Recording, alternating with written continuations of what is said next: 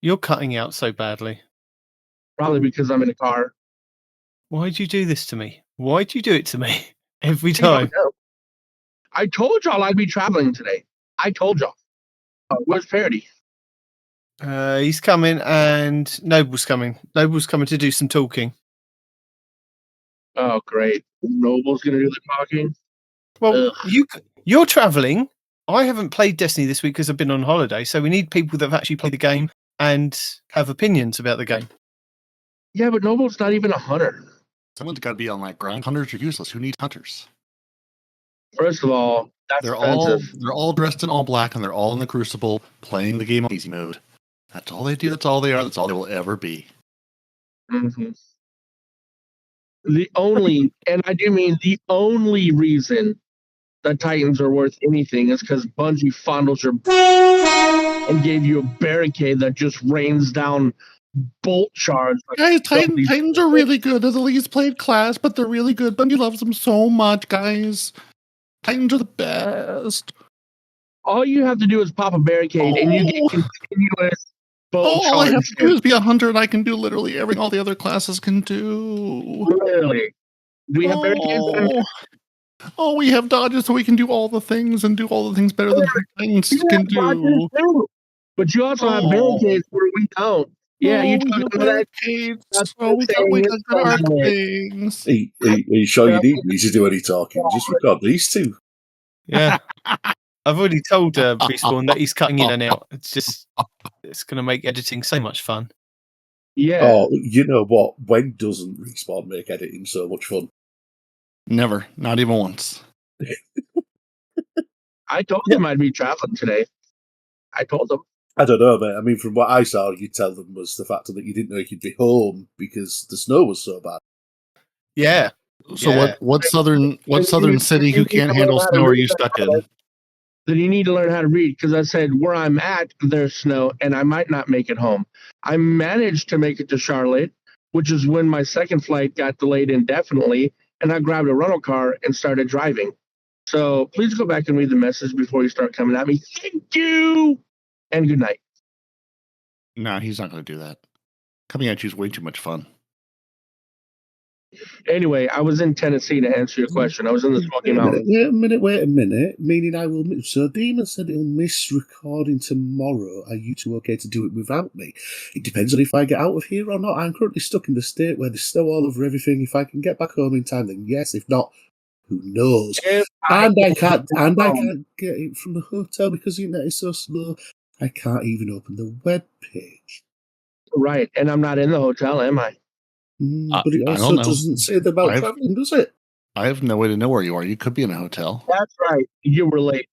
You're just on a phone somewhere on a cellular network in probably the United States of America. That's all I can really say with any amount of certainty. Right. Morning, gents. How's it going? Afternoon. Has everyone? Afternoon. Has everyone grinded Iron Banner till their eyes bleed? I wished. As the only person I think that's played this week. No, I did see Respawn, I think, a little bit. As the only person that played this week, and it's PvP. Guess what? No. Brilliant way to start the show. I have finished. No, I've played this week. I have finished all my games on the Warlock, and I've moved on to the Titan and got through about 8 games last night of my 18 games. So I'm just playing. See, I'm not trying to get anything. I'm just playing because I can. Yeah. Let's be honest. I'm playing to gild the Iron Banner title. That's it. I don't care about the rolls. I don't care about the drops. I don't care about what it's throwing at me. No, that's not true. The pinnacles are also nice. I now have a whole bunch of 2014 weapons, 2014, 15, 16 that were all because I was at 2010 on everything before. So those drops have been really nice because I just show up and I hop into Eruption and I go, all right, Trials Duo, you guys go win the game. I'll just be here. Because I know no one's going to play Control. Because I lost more Control games than we won because nobody will capture a zone. I'm like, at least Eruption, I can play Trials and go, who's the good person? Are they on my team? Great, then we're going to win. I don't have to worry about anybody else playing an objective. I just have to worry about them killing people. And that's working out great. So the Exploding Trace Rifle that was designed very specifically for the Titan Barricade lightning bolt Which one? strat. The Warlord's Spear? The only exploding trace rifle that's in Iron Banner? Is it the Warlord's Well, Spear? you didn't say it was Iron Banner. I literally have not looked at the weapons that have come from it. I saw they exist. I don't know what any of them do. I saw there's a trace rifle, saw there's a pulse rifle. I don't care about trace rifles. Well, this trace rifle you do. Because it can run with Rolling Thunder and your Barricade, which means lightning bolts forever, which is the only reason Titans are relevant in PvE right now, is that Barricade lightning bolt strat. Oh, I've got one of those Psychopomps with Rolling Thunder on it. That's or Rolling Storm, which is way too much fun.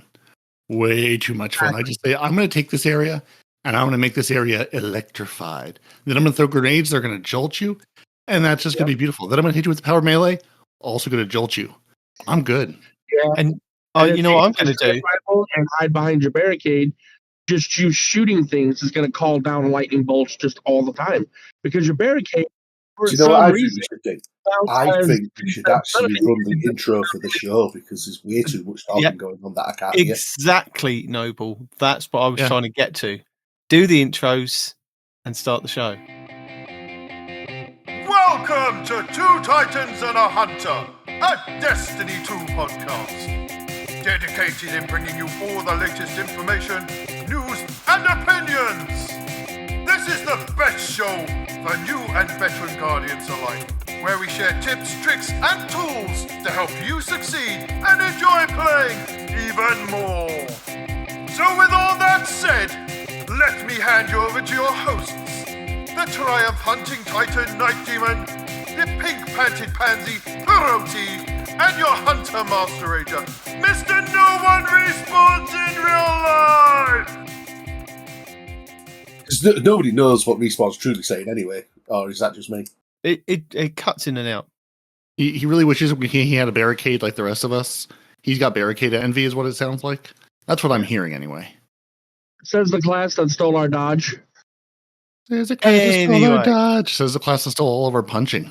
Says the class that has all the supers that can just stand by and go, I'm going to throw the super and I'm going to go get some soup. I don't think either one of us talk about punching with Warlocks existing. Warlocks are the redheaded stepchild of the Destiny world. That poor class came out of the gate so hot every time. The Bungie goes, "Oh, you're good. No, we're going to nerf you. You're the well class. That is what your job is. We're going to relegate you to the well class and the support class, and we'll make you good for a hot minute, and then nerf all of your supers into the ground."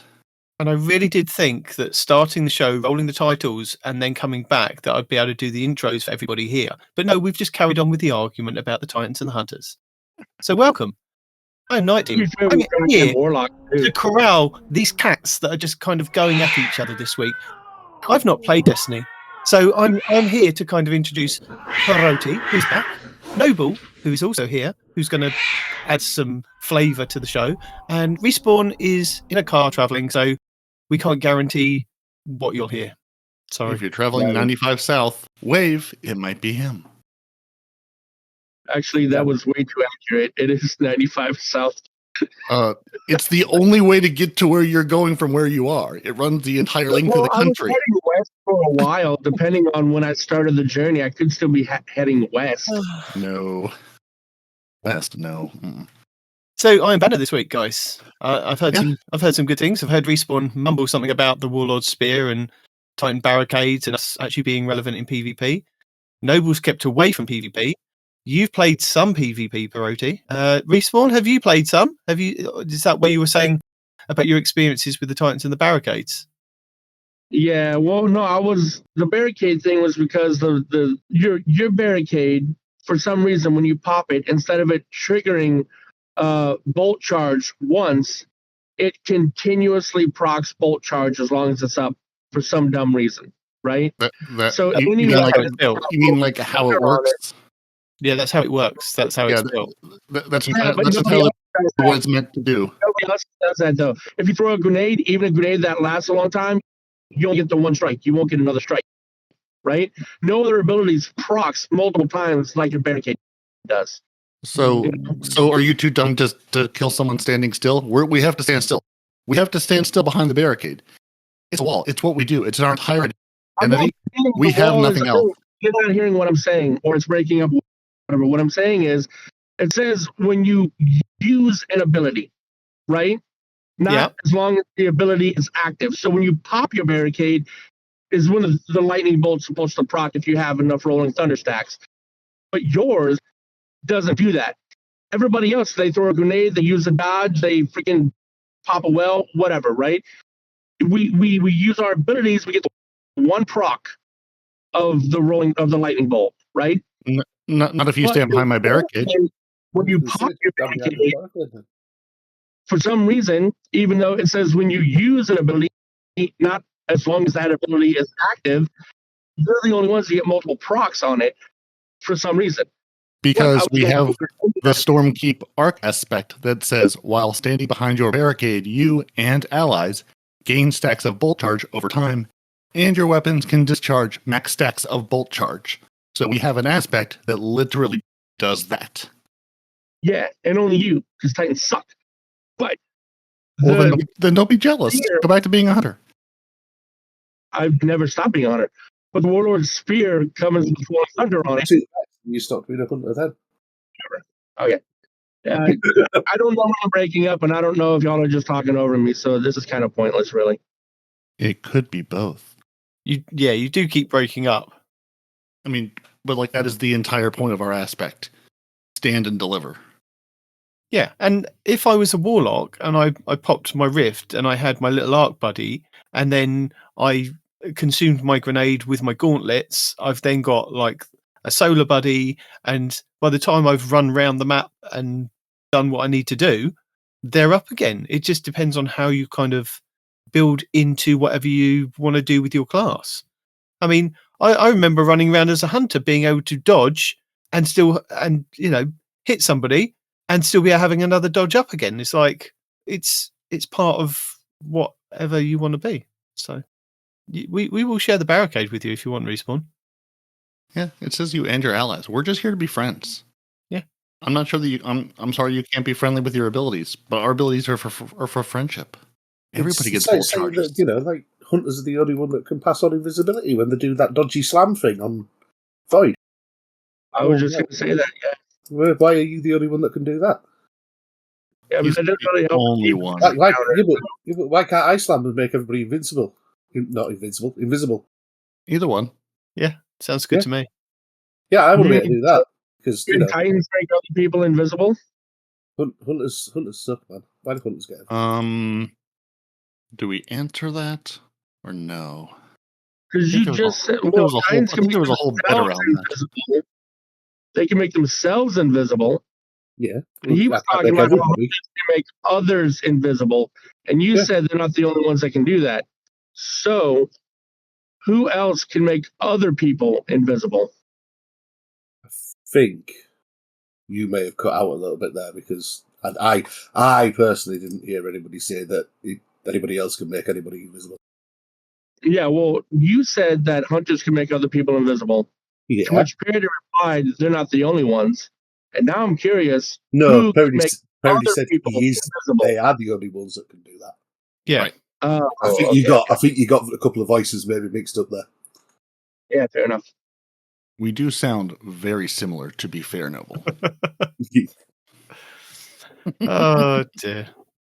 So you've had a good week this week, guys, playing in the world of Destiny. Tell me all the good stuff, because I've missed out on lots of it. I managed to jump on for about half an hour when I was on a holiday because they had an Xbox One, and my son had taken his Xbox, which had Destiny on it. So I was able to kind of use a USB and transfer it to the other Xbox and hid myself in a little room to play. So I was able to kind of finish off the story. I think I finished off the story, and I played the first part of the mission for the Barrow-Dyad.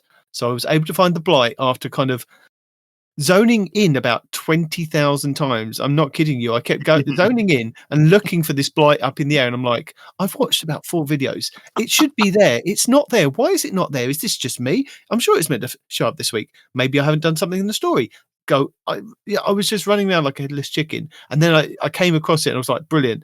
But now I've got all these enemies shooting at me. I've got to kill the enemies before I can get to it. I was in the bit where it was the lead up to the Court of Oryx. So I was trying to get to that blight, and then I made a mistake because I stood on the thing and I looked at the thing, and then I walked the wrong way and came out of it, and I was like, oh, how do I get back to it? And then it transported me somewhere else. I died, and then it put me back in the same room, so I was able to get back to it. So that's as much Destiny as I've been able to play this week. Being back, I didn't kind of push my luck, but I do want to play some Iron Banner before it goes away, because It's only a I've got to single week admit, this time. that know, is it's some my next level baby. dedication. You Like can playing also off of USB. now in the Doctrine too, in case you missed on that. Sorry. You can also focus weapons now in the dungeon in I case did you see that. missed that. Yes, I did see that. I saw an Astacross video, which I'm hoping somebody's got for the show notes. Because again, as I said at the beginning, I'm a bit useless this week. I'm here herding cats. So Is that the fact? Has he done a video based on the fact that focusing is pretty much its own puzzle within the dungeon? I think so. I think Astacross did a video breaking it down, what you can kind of do with the puzzle pieces to get what you want out of it. Yeah, It's not really a puzzle. You just activate it by shooting 3 symbols, and then that's later the on in puzzle. the dungeon. Do I know what the symbols mean? It's a puzzle to me. Is it Yeah, how I to was get gonna say, finality? until it's all sorted out, It's always the same 3 everybody's done the symbols, work. though. It's always the same 3 symbols. The only thing that changes is later in the dungeon, you got to remember which hole stands for what piece, for what weapon, right? And then as you progress through the dungeon, you go in the hole, you shoot that whole symbol, and that tells the dungeon, oh, you want that weapon. Got it. That definitely sounds like a little bit of a puzzle to me, because until it's all sorted out and somebody's actually, worked out all the little shoot-free things. Yeah, if it's not written down on the Puzzle. actual thing what I'm shooting, then it's still a puzzle. It's confusing to me. Is it how to get finality augurs catalyst and how to focus dungeon loot from Astacross? Yes, that's it. Yes, I think that was the one. It will be in the show notes then. So there's a dungeon, you say? Apparently so. Yeah. I've seen it. I've been in it. I've given Respawn a checkpoint last week, and then that was it. I was like, I got this by accident. I'll give it to somebody that can do something with it. Peace, I'm out. Believe it or not, the dungeon's actually quite easy. The only part that is, quote, hard, air quotes, without a Titan, is the Shrieker room, right? Yeah. But other than that, it's really straightforward. And even the boss's room, I think, is one of the easiest encounters, man. It's actually quite easy to do this. From dungeon. what I've seen of the guides and things, it looks a lot easier than the Vesper's Host. With Vesper's Host of having to pick up buffs and move buffs and do buffs, and it's like, I don't mind a buff every now and then, but yeah. And even then, you can just straight up skip mechanics, because as long as you know the lore, it's just, well, it's beyond that, because I talked to you guys about the boss room where it's the two truths and a lie thing, right? But in other rooms, like if you just see one symbol, like if you see Traveler, right? Traveler only goes with a couple of things in the first slot. It's either Traveler gives Guardian or Traveler gives Light. So you automatically know you're going to need a give. And after that, it's a toss-up between Light or Guardian. So as you progress, eventually you'll kill the bird that'll tell you what the last symbol is anyway. So most of the dungeon, not just the final boss, you can skip a lot of mechanics just by seeing one or two of the symbols. You just know what the last one's going to be. So it really is that easy, Is there anything in the dungeon worth getting? I've seen the videos about the exotics. Everything is worth getting, but if you really want to focus on something, is it worth getting and not deleting immediately? Yes, you want either the Scout, which can give you solar and arc on the same weapon via Firefly, and it's an arc weapon, so you get solar explosions on an arc weapon, and because they come in different slots, you can get Firefly and Bolt Shot. The one where you reload, you call lightning, whichever one that is, on the same weapon. at the same time. And then the linear also explodes on impact. Also, all these weapons, their perk alone makes them exotic tier with almost any roll you get. Because on ads, you get what's the name of the perk where you shoot a bullet, the bullet hits something, and then the bullet explodes after that? What's that called? Explosive payload? Yes. It gives every weapon explosive payload as its perk. You don't even need to roll it. You just get it on red bars. And if you're hitting a stronger enemy, it weakens them so they do less damage to you, right? All on the same weapon, dude, without even having to worry about the perks. That's its intrinsic trait. It's got an exotic tier intrinsic trait on all the weapons. And then the weapons themselves, the shotgun, I hear, is really good for a lot of things. I personally don't use shotguns. The scout rifle is going to be top tier, double elements, double AoE on the same weapon, right? And then the linear fusion has AoE. It has, just all kinds. I mean, just bruh. Yes. Why would I want AoE on a linear fusion? That just feels weird. Because you have more than one target. Instead of just focusing on one target, it makes it also an ad clear weapon. You're getting extra stuff. Okay, why wouldn't you want AoE on a linear fusion rifle? It's not like it takes the damage away from the single target. It just adds AoE in addition to the same damage you would get on any other trace rifle. I kept saying linear. I meant to say trace rifle. So everything I just said linear, I actually mean trace rifle. That makes a lot more sense because I'm sitting here. Why am I using my heavy as an ad clear weapon? That feels silly. Yeah. So, I was afraid you would hit your head somewhere. We're trying to tell me that I should be using my heavy to clear ads now. I'm like, no, sir. That's not how this game works at all. Actually, there's been a ton of people with not the dungeon weapon, but the seasonal activity. That linear, a lot of people are using for ad clear, and they've even shown how to get infinite ammo on it while doing ad clear. So technically, those people are still wrong. I mean, infinite ammo on a linear with AoE damage is not bad for ad clear, as long as you can maintain the trick they show you how to keep the infinite ammo. So it is what it is, I guess. But yes, absolutely. Scout rifle, trace rifle, at a minimum, is what you want because the perk on the dungeon weapons is just, it's next level. I have a feeling that they're going to nerf it in the future because it's just that damn good. The scout rifle's stupid good, to be fair, if you use it with the Titan Barricade Volt Charge build thing going on, Peroty. Yep. Stupid good. Yep, and then you add Firefly, now you have solar damage on an arc weapon. And then on top of that, I think you can get Rolling Thunder. I'm not really sure because I've just been focusing on the Volt Shot. So you get, solar AoE, you get arc AoE on the same scout rifle with mad distance and range on it, and it's got the top tier intrinsic perk. That is probably one of the best weapons in the game right now for PvE. Sounds good. I literally have not looked at any of... I watched Fallout's video on, hey, are any of these new exotics worth your time? And it feels like, but I haven't seen anything on the dungeon weapons because I've seen all the how to solo the dungeon, how to flawless the dungeon. I'm like, no, that's... You can tell me it's easy. I still don't believe you. Yeah, I'm still thinking Pit of Heresy. Pit of Heresy is my goal still. I did Shattered Throne. Pit of Heresy is my next one. I'm building up, knowing full well that I'll be completely overpowered to go in there and do that dungeon because there's no way I'm able to do it when it's the dungeon of now. So actually, you mean because of the contest rules?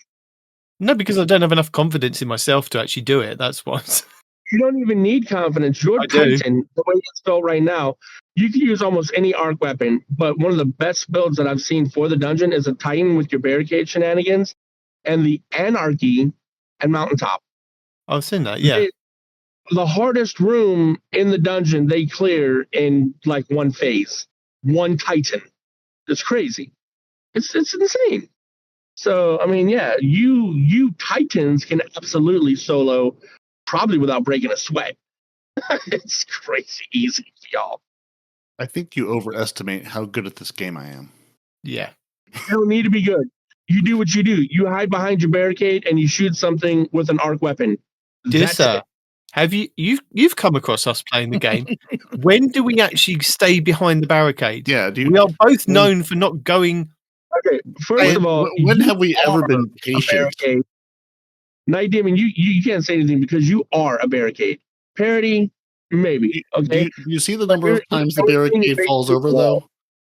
though? No disrespect to my resident barricade, but it works well until you have to move and then you trip over a tiny rock and then you die immediately because you drop the sword. Because Titans are weak to tiny rocks and stairs. That's why you just stay behind there till it goes away, and then as soon as it goes away, you pop it again. So it's big shoulders and pin-like legs. That's the problem. Mm-hmm, exactly. Titans all skipped leg day. No, I mean, y'all are talking smack, but like, no, it is. The Titans are Always. ridiculous with Barricade this season. Well, they took away our consecration, so they had to give us something to play. They didn't Have you take actually away your used- concentration. Actually used consecration since it got nerfed. I mean, No. I've used it, Plus, and it's it actually seems better than perfectly your fine. concentration. Because honestly, they're like, we're going to nerf this. I'm like, seems fine to me. I can still hit you with fire and jolt you with it, so... Yeah, I'm not like, too I upset. was just about to say, like, Yeah, no, it's really not... It's, good. like, yeah, it's not that bad, but, you know, things get nerfed and people are like, well, can never play that again. I'm like, I've had like 2 builds over the last like 6 seasons that I just go back and forth between. They're both still good. Are they peak meta? No. Do I have fun with them? Yes. Yep. Arguably, the barricade meta is better for you anyway because your consecration can't hit flying enemies, you know? Whereas you hiding behind a barricade shooting things with arc weapons destroys everything. But it can jolt them.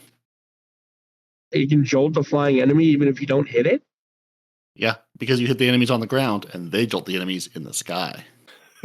Oh, okay, I see. I mean, I don't get me wrong. I've really enjoyed playing with the barricade and having this new build to play with, but I still keep going back to my Titan Sword Infinite Guard build because it's a good build to kind of have. I can do a lot with it and a lot with the swords, and especially the new swords. I still haven't got my sword that I want to kind of replace my Arc Bolt Caster one, but I'll get there at some point when I've unlocked the crumbling runes that I need to select it on the whatever I need to select it. Yeah. I'm still confused over those things. Survivability, and especially with the Grandmasters coming up, nobody doubts your sword build. But for DPS, nothing in the game beats the Titan Barricade. It's but I'm not there for DPS. I'm not there for DPS. I'm there to be the warlock of the group. I'm the Titan warlock. He is the respawn point. Yeah, He doesn't I'm have the to res respawn because point. I he's take the respawn point, so aggro. the team doesn't die. Yeah. I mean, you know what they say, the best defense is a good offense, and if you can just kill everything super fast, you won't need to be a respawn point because everything's dead. I mean, I have been looking more into the swords because there are a lot of perks on these swords that kind of pair well with guarding a lot and being able to kind of take one swipe and then recharge or give health to the people around you or recharge your kind of shields and things like that. So there are these really good perks. I think there was close to melee and other things, or maybe that was just on a glaive. But you know what I mean? It's like there are really good perks on some of these swords that you can get that will kind of keep you alive and keep your team alive, as well as kind of do some damage once you kind of get going. What we talked about with the freezing on it and Aegis, I forgot what it's called. But when you break ice crystals, it gives you armor stacks. So yeah, I mean, you can freeze in enemies with that sword. You then use the sword to shatter them, and then you get armor stacks, which I do believe also heal Titans, don't they? They also heal you this season, right? Or just in general? I can't remember. No, I can't remember. So, yeah, you can absolutely do that if you want to go that route too. My question is this. I just thought about it. I've always seen you use a heavy sword, but does your build also work with the special ammo exotic swords? Yeah, it does. Yeah, Yeah. I use sometimes I use the special ammo one because I've got the solar one that does, what is it called? It's the Ergo Sum with the perfect fifth on there. So every fifth hit that attaches a solar destination explodes, scorching your target. So, and I've got that on a caster one. So if I cast it out and it does the ticks, that also kind of does a lot of damage. So sometimes I use that for the DPS, because if I'm on my Strand Titan with the Barricade, well, whatever it's called, it's not the Barricade, it's the The the flag. God, now my yeah, brain's the flag thing. Rally Banner of War. Banner of War. Yes, That's the one. That thing. This was me last week screaming at you two about remembering things, and now I'm back and my brain's going, words? How do words work? Yes, when I have the Banner of War and I actually hit a target, it procs the Banner of War. So I don't actually have to kill anything. And it also then does the DPS on whatever I'm kind of, if it's a big boss or a big enemy. So yeah, sometimes I use the Ergo Sum. Do you have the catalyst for it yet, which replenishes your ammo? New. Ooh, you got to get that, brother. You've got to find. I honestly don't. You've got to find the other 8 people who are playing this game at any given time trying to get that done. The amount of ammo in the build that I have. In the build that I have, the amount of ammo that drops special and heavy, I don't have a problem with Ergo Sum or having a heavy sword. It just rains. No matter what kind of, if I'm on the Dreadnought, if I'm kind of any other Nightfalls, and it's even if it's like a attrition or ammo attrition, it's like I'm still getting lots of ammo for these things. That I'm never running out. I've never kind of got to the point of gone, I've got no sword. Well, isn't that because you use your heavy until it runs out, then you use your special until it runs out, and by the time your special runs out, now you've got heavy, and then you use heavy until it only runs on out, the rarest occasions I double up on swords, but normally I'll have one or the other, either the heavy or the special.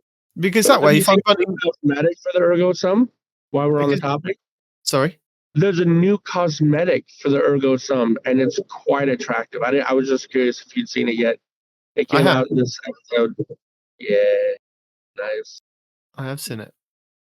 Well, I'm sorry, you were saying you use one or the other, or what? I mean, like if I want to use something like my hothead that's got the lasting impressions and tracking, that's really good. I've got my hothead adept, so yeah, I can use something else in the heavy slot if I'm using the Ergo Sum. That is just as good. To be honest, I've never used Ergo Sum. No? Never even equipped one, I don't think. It's quite fun if you have the right role. There's really just 2 roles you want to look out for, and I would love to tell you what those roles are, but I can't remember, and I'm not in front of Dim right now to tell you. I've got about 30 what of you're them in saying, my vault. What you're saying is the 9 that I currently own, I only need 2 of them. Okay, got you. Well, you might need the 3rd because I don't think Perfect Fifth is one of the 2. So if you like Perfect Fifth, you might want to hang on to that. But it's not generally one of the 2 roles you look for as far as DPS. Well, there's the one that's got the insectoid that one's awful. Delete all of those immediately. Insecticide robots with the caster frame. Yeah. That's pretty cool. I've then got it's a you don't want that at all. I've got a wave sword with Arc Conductor on there. Who's it waving to? You want the wave and the caster with Arc Conductor, either or. You really want the caster with Arc Conductor, if I remember correctly. But either or. The nanites swords are just awful. They're so bad. The robot doesn't go very far. It doesn't do much damage.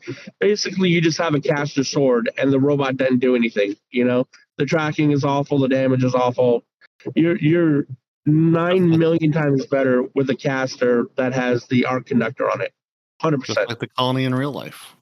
You can put the colony on and have the same disappointing experience.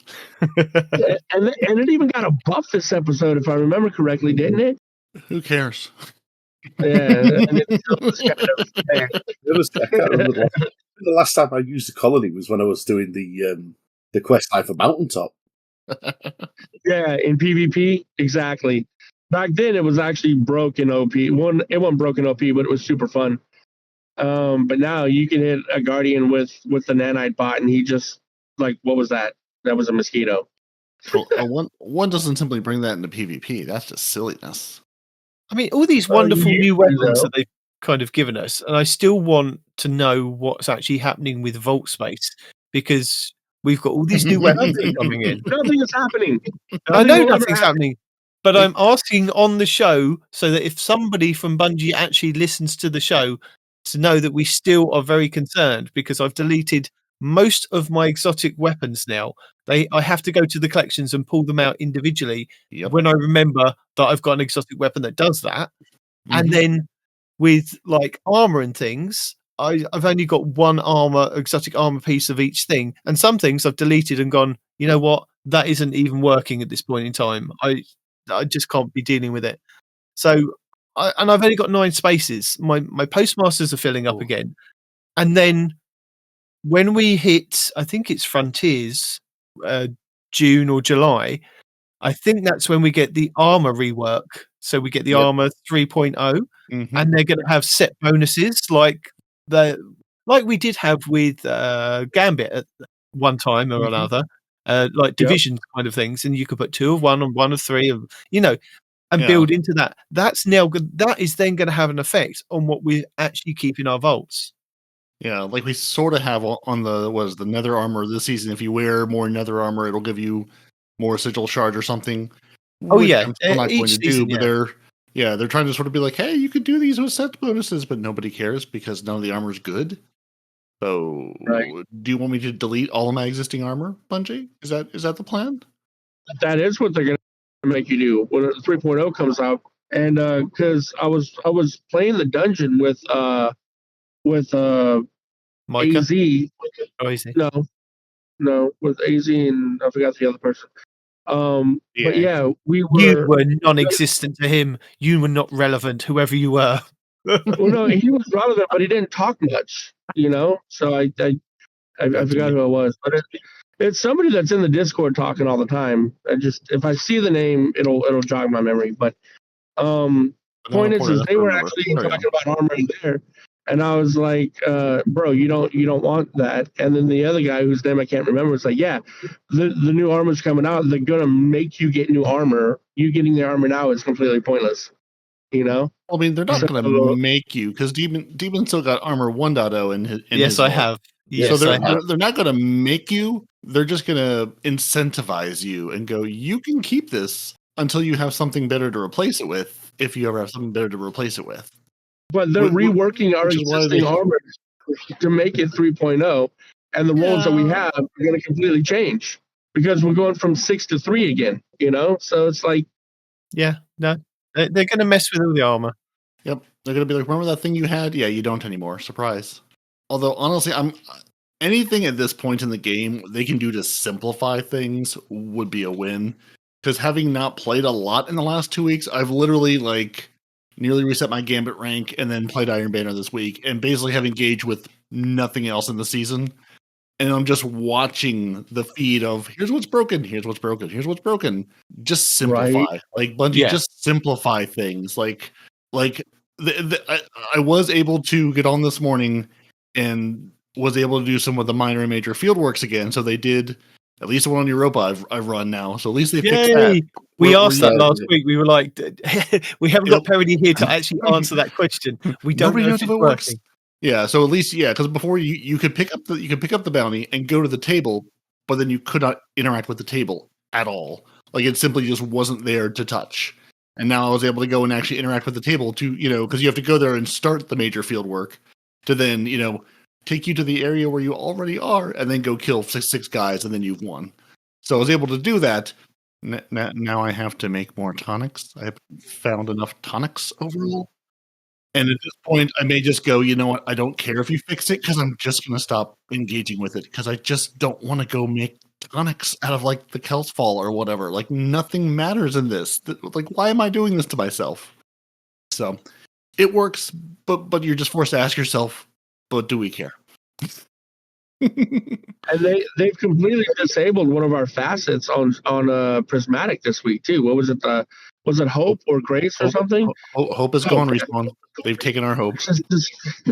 Yes. How fitting! Hope. That is a great way to say it, Peroty. Yes, very fitting. They've taken our hope. For vault space, for entertainment, for a functioning game, hope is gone. They've taken away the hope because it was killing too many birds. Or too many birds were killing us. I don't know. It was causing bird errors. Yeah. Which I just have to wonder why. I don't even. I apparently had it on my Warlock build I was running because the game was like, hey, you have a thing on you can't have on right now. It's not doing you any good. So I don't know what the Facet of Hope does or why it was causing the game to crash, but here we are. I've got it on most of my Hunter Prismatic build, so it must do something important. I can't remember what it does though without looking. Let's see. When you have an elemental buff, your class ability regenerates more quickly. There it is. That's So why. Something about regenerating class ability quicker made the game crash with, I think, bird errors. Maybe it was centipede errors. It's hard to keep the errors straight. So dope. Not going to lie, but by taking all this hope, do you think maybe with the Star Wars season, they're just lining us up for a new hope? Yes. I'm sorry. Sorry, I've been sat here for like a good minute just waiting to be able to do that. That's all I could think of. But what'd you say? I didn't hear you. What'd you say? I'm not saying it again. No. Nope. No. It won't be funny the second time round. But it's funny for me for the first time. Yeah, but Demon said got already. You'll have to listen to the podcast. Yeah. Oh, imagine you've got a nice little surprise waiting for you now. He won't listen. I know. I won't remember to listen anyway. So So Noble, I mean, we've rabbited on about various different things over the last couple of weeks about how we've loved how good like Heresy is and the story and things like that. So I just wanted to get your view on it, seeing as you're here. I mean, to be fair, I just agree with basically everything that you've said. Like, I absolutely love this season. It like straight out of the ball. It just hit you in the face. It made you want to play it. It made you want to love it. It didn't hold back, did it? Did it make you want merch from Two Titans and a Hunter? No. I promised myself that I weren't going to do that while I was here. No, I'm going to be good. Instigated it, so you're not breaking a promise. I instigated. I'm going to be nice. I'm not going to do it. No, I'm going to be good. I won't do it to you, Demon. You're all right. But no, like honestly, it was just fantastic, wasn't it?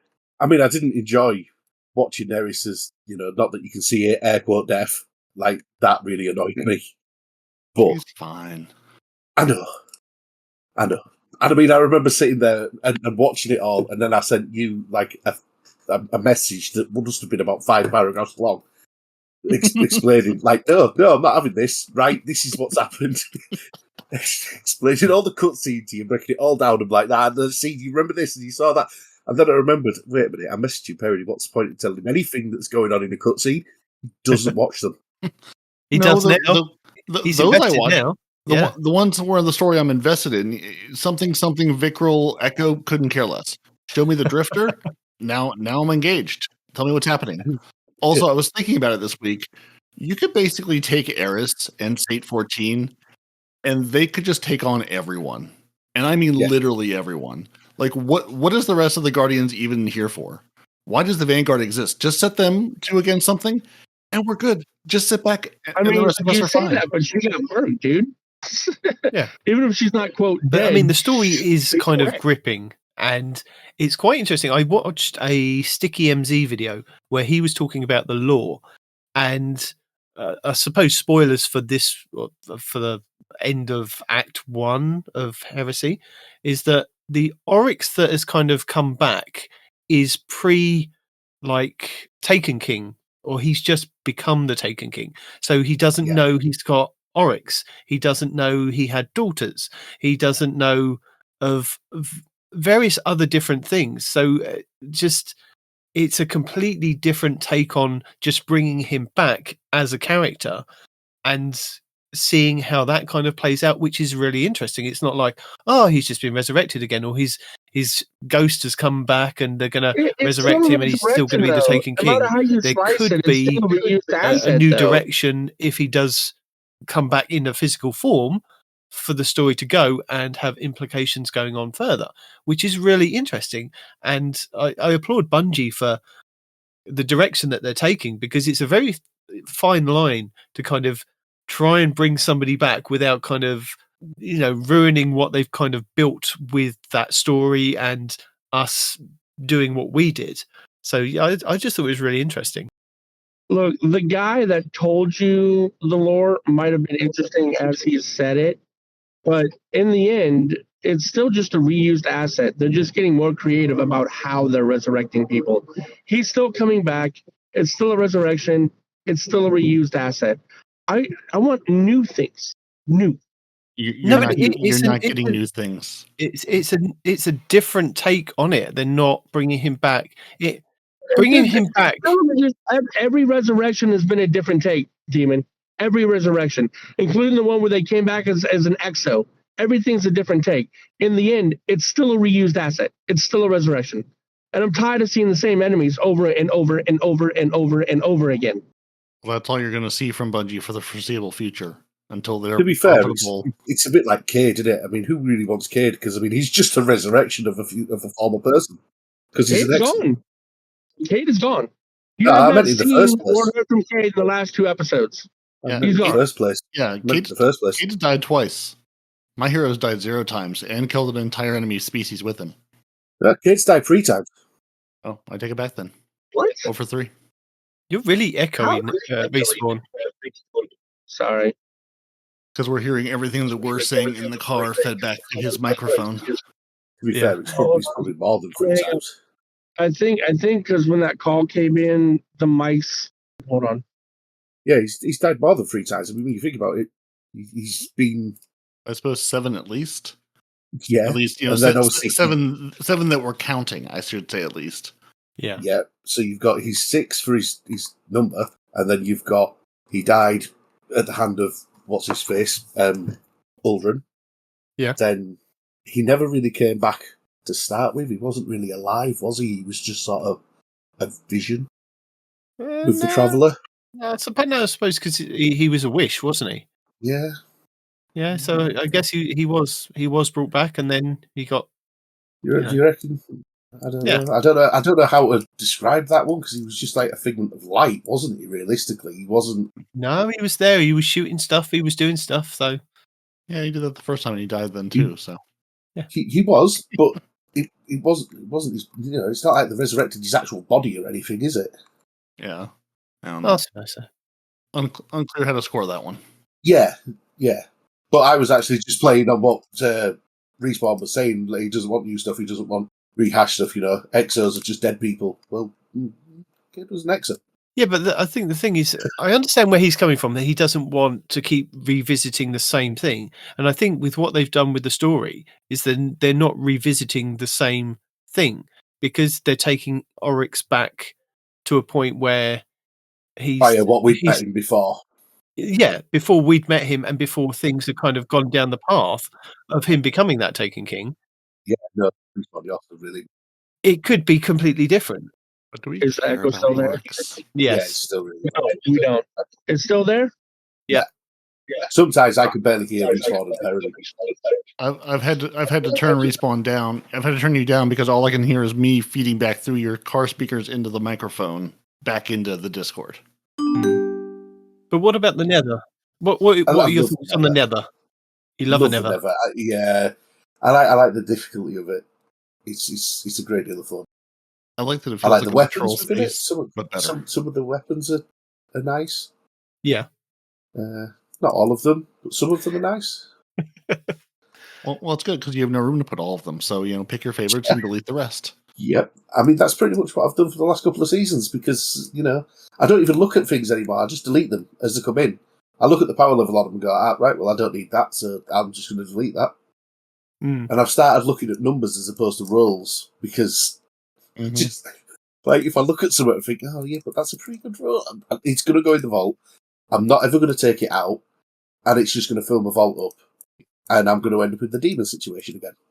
Well, no, I mean, I'm improving on my vault kind of shenanigans because if I get a weapon and it's not the actual weapon that has been recommended, say by Aztecross or Fallout or by whoever, cool guy, I'll put the weapon in the vault and I will put a note on it saying I need this roll of this weapon. So when it comes up, Mm. double check that this is the one and then swap it out for this placeholder, basically. If you don't get the that's one clever. that is this, don't bother. Yeah. The only Oh, problem is that when I get close to it, I then have to kind of copy and paste the note and then swap it out. But there are Nope, just keep that original one and be like, listen, you are here to remind me to get the good one. Anything else is garbage. yeah. No, that's a clever way to do it. Yeah, no, but otherwise you get to my situation and you start clearing out your vault finally and going, well, clearly someone said go get a roll with these 2 perks on it, because now I've got about 6 of them, and they're all the exact same roll that I have just dutifully collected over the last couple seasons. Never really used any of them, but I have them all.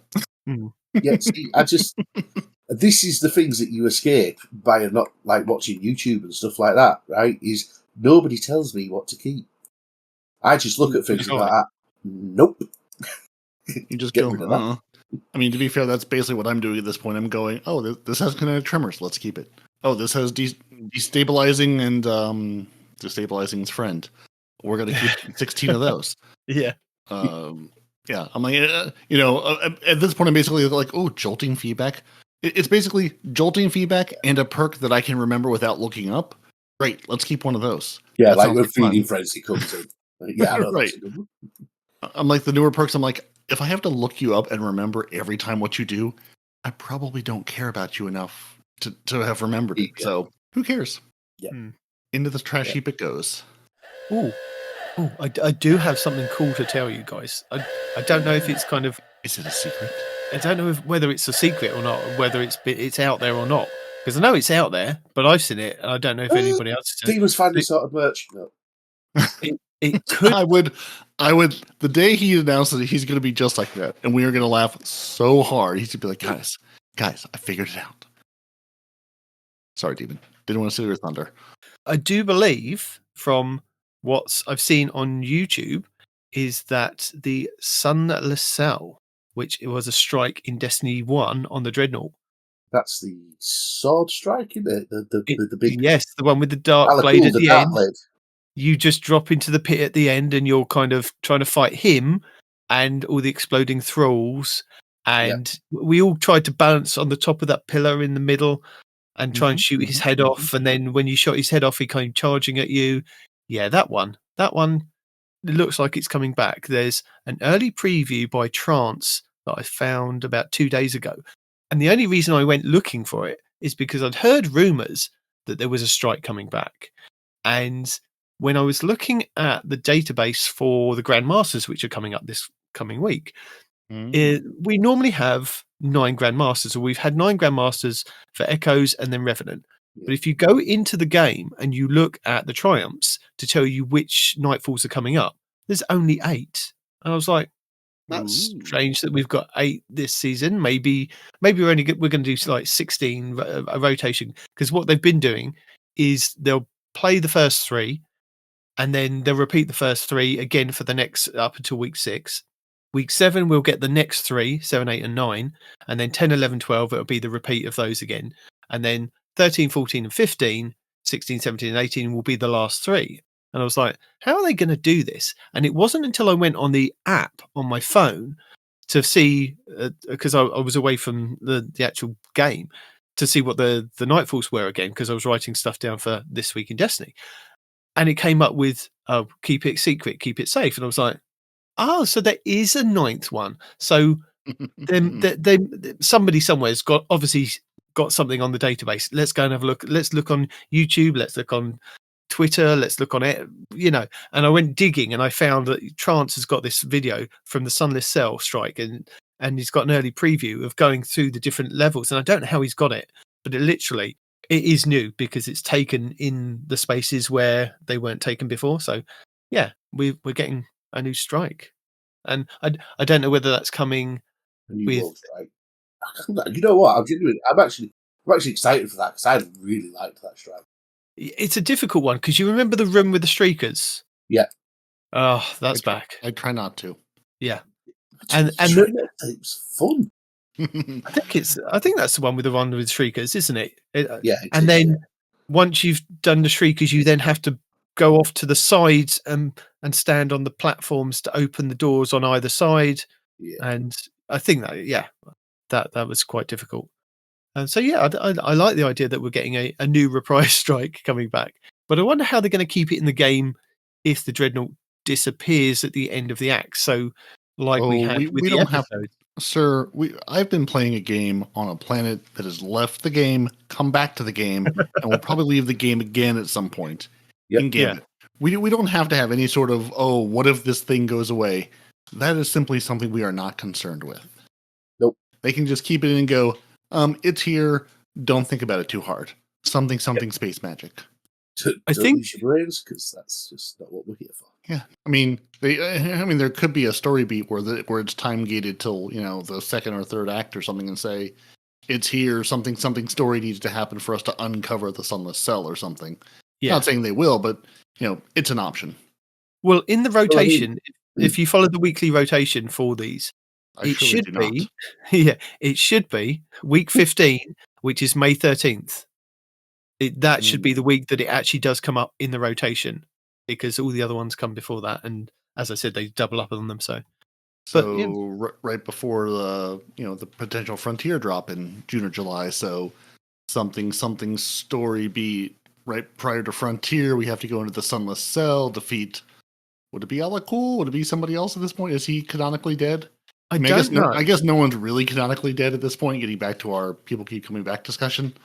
So whether it's him or some other hive, he's now the Lightblade.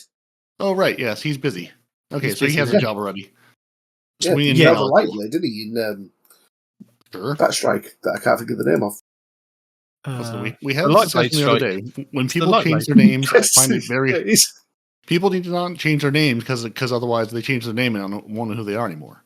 So he went from the Dreadnought from last night. He went from the Dreadnought to the Throne World. So yeah. But in the flavor text of when you're flying in, because Trance has got it in his video, it says, "Now this prison is occupied by Taken, and Ziva Araf's hive have come to bring war to them." And that's as you're flying in. So it doesn't actually tell you that it doesn't actually tell you who the actual boss is. It just kind of plays through, and it's got all the kind of the Taken goo that you kind of, when you load into the mausoleum that we do for the Nether. So it is you can see it's the new strike. So yeah, that's pretty cool. Yeah, I mean, I'm, as we've talked about before, just any kind of investment in like the core game of give me another strike, give me another Nightfall, give me. You want me to engage with your core playlists, improve them periodically. So I'm happy just to have any strike coming back, new or reimagined, just something else to do. PvP needs maps, strikes need new strikes, because PvP definitely needs new maps, or just reprise maps from Destiny 1 that they've got that they could use, that were like even Trials maps, the 3v3, or now that we've kind of got the 4v4 variations that we're now seeing in PvP again. And also Bungie, that would be nice to actually have a kind of roadmap of what game modes are coming up, because yes, you can go and play Iron Banner, you can go and play Control, you can play Eruption, but then this week you can also play Team Scorched, and it's like, well, I like all of those modes, but I want to stay in one. So no, but you can only have one. And then it'll be gone for like 16 weeks, and then it'll maybe come back again. At least that's how it feels sometimes. Yeah, you can actually already get to the Sunless Cell. Yes. Ooh. You can. I think there was an Out of Bounds video by Froggy, and then this actually has the enemies in there from Trance's video. So I suppose while I'm here telling you about things that are happening next week, I might as well drop in, what is happening next week in Destiny. Yeah, that's the one. What else do we believe is happening next week in Destiny? This is your weekly rundown of episode Heresy, week 4, starting on February 25th. This week sees the Grandmaster Nightfall become available, giving Guardians the opportunity to start to complete their Conquest Seal for this episode. Act 1 of episode Heresy continues, with Guardians fighting back the Dread and Taken on Oryx's Dreadnought and locating the missing Echo.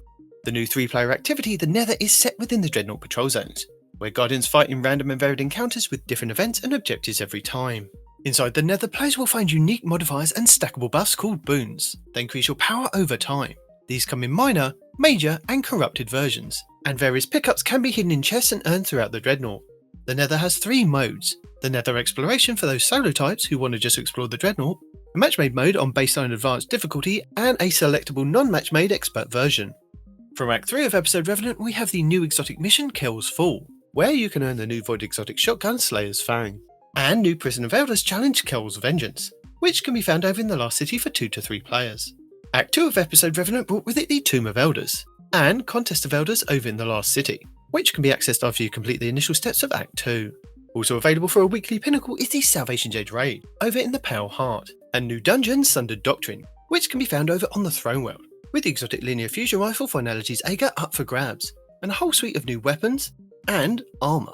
Just make sure to visit Icor over in the tower to pick up the quest Drowning Labyrinth to enter. Over in the Last City we have Onslaught Salvation, which can be accessed after you complete the initial steps of the opening act of Revenant. This new version of Onslaught brings with it new defences, 3 new maps and new enemies to fight. You can select from Widow's Court, Eventide Ruins and Kel's Grave, either normal or expert.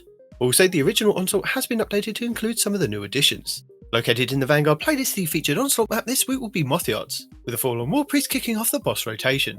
In the Last City on the Helm, the exotic mission Encore is still available, with 2 difficulty options, normal and expert.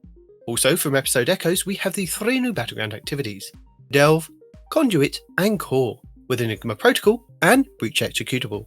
The expert Battlegrounds will start this week's rotation with Core.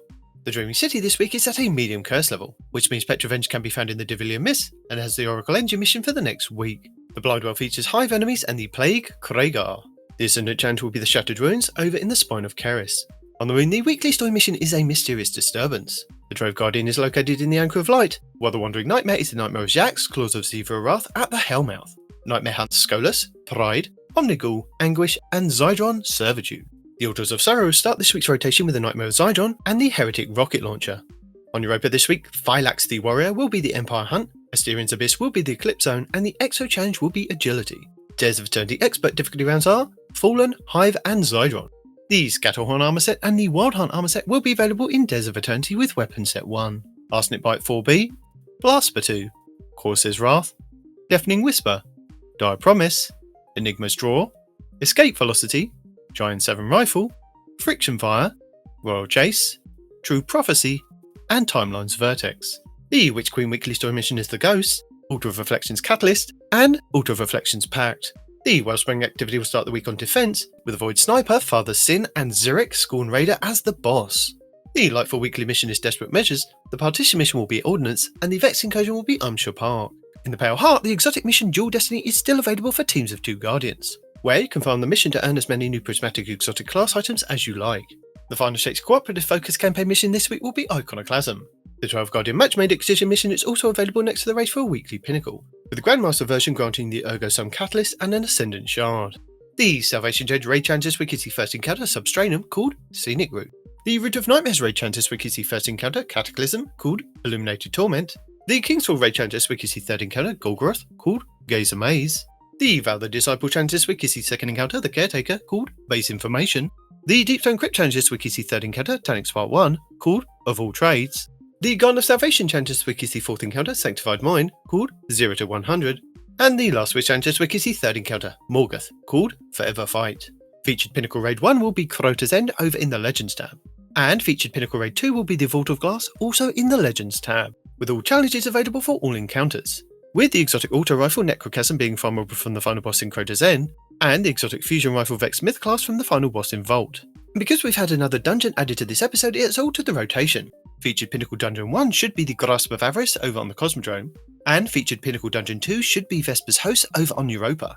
The exotic mission rotator will be Starcrossed over in the Legends tab, with the Wishkeeper exotic bow being the main reward, and the Season the Wish weapon set. The exotic missions, the Whisper and Zero Hour, will also be available in the Legends tab. This week's challenges are Heretical Arsenal, Minor Blessing of Plenty, Explosive Punch, Valued Destruction, Dreadnought Discoveries, Expert Sector, and Grandmaster. Lost Sectors, Tuesday Exodus Garden 2A on the Cosmodrome, Wednesday Aphelions Rest on the Dreaming City, Thursday Chamber of Starlight on the Dreaming City, Friday Hydroponics Delta on Neptune, Saturday Gilded Precept on Neptune, Sunday Thrillerdrome on Neptune, and Monday the Broken Deep in the Pale Heart. Our fourth featured Nightfall will see us face off against Parthenos, the Drifting Mine in the Hypernet Current over on Neptune, with the Palindrome Hand Cannon being the featured adept weapon. The 6v6 playlist will be Control. The 6v6 quick play mode should be Momentum Control, Countdown should be in the Small Teams Quick Play, Mayhem should also be available, and Trials of Osiris returns at the weekend. This week we'll also see bonus Vanguard ranks, and double Nightfall drops available all week long. Still available is the Destiny 10th Anniversary in-game celebration event, and don't forget to keep an eye on Zer this Friday at Reset to see if he's offering another chance to grab a random rolled exotic class item for 41 strange coins. And that's it for the 4th week of the Final Shape episode Heresy. What could potentially be happening next week? Well, I can tell you what is potentially happening and then have a guess of what the Crucible modes are going to be.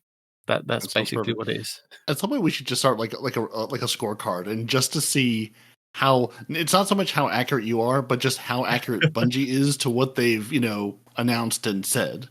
Yeah, going, here's what they said we're going to get. Did we actually get it? You Bungie points instead of demon. This man knows better than you. This is what it should have been. Yeah. Therefore, you want to get 2 points because 4 of your 5 were wrong. Right. Oh dear.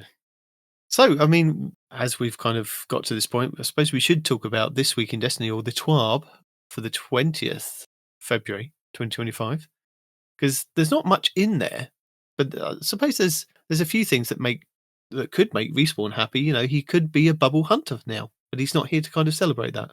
Just wants to That's probably a good job, to be honest. He'd probably just sulk because it's not a barricade. Oh, yeah, I suppose so. So the class glaives and sword updates. So over the last few weeks, Guardians have discovered an interesting little bug that came about when Heresy launched. Class lockouts for exotic glaives and a handful of swords were mistakenly removed. So they've been seeing some great celebrations with the removal of these constraints, and their first reactions were to quickly fix it. But they've decided they're not going to, because we're not doing any harm with them. No one uses these anyway, at least in the case of the glaives, and maybe you want to use a quick fang as a non-hunter just to see what that's like. I'd be so tempted to pull Quick Fang out and just see what it's like to watch the Titan run around with Quick Fang. Just I imagine that looks hilarious. And maybe a hunter wants the throne cleaver, whatever Throne the cleaver. Titan what is, and I have no idea what the warlock one is called. So yeah, that one. Yeah, absolutely having, but yeah, that one. Mm-hmm. Yeah, the glaives. I mean, I don't know. I just I want to like glaives. I want to be excited about hitting things with sticks. I'm like, but you're giving me guns, and I have fists. Why would I go to sticks? So like, I want to be excited about the exotic glaives being a thing, but I've barely ever used the ones I got anyway. Yeah, I only ever picked up the Titan one. I've still got to go and get the others. I've got 2 of the 3, and I don't think I've even crafted them. Right. Yeah, like I think I crafted the Titan and the Warlock one just because I could, and I was like, hey, I've got this now. I sort of treated them like I did any exotics or used to, and go, well, I've got this. I have acquired it. Will I ever need it? Who knows? But I have it. Well, Bungie have said that you could use it, and that's it. That's their decision on the matter. They've had a talk, and they've decided to let it ride. But which is nice because like it's if it's not hurting anything, why spend the development resources to put this back into place? Hopefully it doesn't do any other weird things. What else might have broken? Or is it just like, oh, we just, remove the line of code to go, oh, if Titan, then it only can have this one. Or are we going to have other weird things like can I start wearing Hunter Exotics as a Titan? Then I can make everybody invisible. Well, that was the funny thing. When this bug kind of started at the beginning of Heresy, I was looking in Dim, and Dim had kind of declassed, and I'm guessing because of Bungie had declassed all armor. So it was going, I could put that Warlock chest piece on my Titan, but I couldn't. In game, I couldn't actually do that. But it normally it's kind of grayed out, or it says, right. And I was like, that is strange because I'm clicking on it and it doesn't actually say it's Warlock specific. What's happened? And then all the thing with the glaives and the swords. But yeah. I'm quite interested to see what a Quick Fang would do. I wonder if some of this is just like prep work for like the the Armor 3.0 stuff where they're good at reworking it entirely. So one of those incremental steps is removing at some level class specific things because then they're going to introduce some other way to do it or something. And whoopsie, we forgot we had these weapons, or if didn't forget, forgot to double check that hey, the class specific things aren't class specific anymore on the weapon side when they're maybe making changes to the armor. But yeah, it's nice to see one of these changes that's like, this isn't hurting anything. No one's going to go into Crucible with a different, exotic glaive or sword and, lay waste to trials or anything. So just, let us have it. It's fine. You don't have to fix it because it's just not that important. Animations may look a bit weird because they're, again, class specific. So just perfect. Just ignore it. They'll probably tweak it at some point and go, you know what, this is what it should look like on a Titan or a Hunter or a Warlock. So yeah, keep it weird. But if you want, you can give feedback. But I think the feedback has unanimously been, let's keep it, because it's always been, let's just have it. Let's have everything. Like Respawn always says, he wants everything. He wants our Titan Barricade as well now. So we'll just wait for Bungie to give him that as well. A little bit of everything all the time. And as we mentioned, the Grandmaster Nightfalls are being unlocked next week. And the Palindrome hand cannon is going to be available in the regular or the Adept one available in the Grandmaster Challenge version. And the featured Nightfall will be again the Hypernet current from the first week. So we've repeated from week 1 to week 4. So I know that they know that I know what the next couple are going to be. So we're on task for this. Do we though? Maybe not. Well, Nightfall's probably until they break something and swap it out. It's really the Crucible modes that it's just anyone's guess. Yeah, for now, until it kind of settles down into a pattern or a rotation, and even then, it's up in the air. Yeah, I mean, speaking of the Crucible mode, just for a moment, I did appreciate how they had 2 separate Iron Banner nodes this time, where they were just like, listen, we're going to put 2 Iron Banner nodes. One's Eruption, one's Control. You go into one and play one, and one and play the other. And that way, we're going to hopefully reduce the guessing game of what mode am I actually going to play? Does it tell me, and is it accurate? So I appreciate that, where you were given a choice, and now there's 2. Or the little picky box that Demon didn't realise he could use a couple of weeks ago. Yeah. That wasn't meant to be there. They gave him an entire icon now, because I looked at, I logged in earlier this week and looked at the Crucible, and I was like, something's different. What? It was one of those, you've changed something, and it took me a moment to realize what they had changed, and I was like, oh, there's 2 Iron Banners now. There's 2 little green options. Yeah, but it was nice to make that choice. The other week, obviously, though, when it gave you the little drop-down box, I mean, if somebody I'm not being funny, Demon, that spends a stupid amount of time playing Iron Banner, doesn't notice the fact that he's got a little picky box. Well, obviously, that wasn't going to work for them, so having to have 2 separate nodes is probably the better way to go. So what you're saying is basically, because I didn't find it, they're saying, look, even the most avid Iron Banner player couldn't even see the drop-down box. We're going to have to make it more obvious on the director. The only man that's telling new people how to play Iron Banner, because nobody else cares enough to tell anybody, the only man telling everybody how to play Iron Banner, he didn't notice it, so we have to fix it. Yeah, and now he didn't notice it. 2 separate nodes. Well, and I mean, to be fair, there's so many, drop-down tiki boxes in this game that either don't do anything or there's simply no second option. Where it's like, guys, why do we have a drop-down box for one choice? None of this makes sense. So I mean, I can't really, I can't really fault you for not seeing the drop-down option when they just make them up about maybe they exist, maybe they don't. And when they don't tell us there's going to be a drop-down box, they say it's going to be this mode for the week, and then don't say anything. So, yeah. And I'm going to see that node, and that's it. Yeah. Then they change the mode halfway through, and they go, never mind, it's fine. Yeah. Yeah, I appreciate they were just like, here are 2 separate modes with even 2 distinct icons. I really like the Eruption icon, too. Just the wolves in the tree, very Iron Banner icon.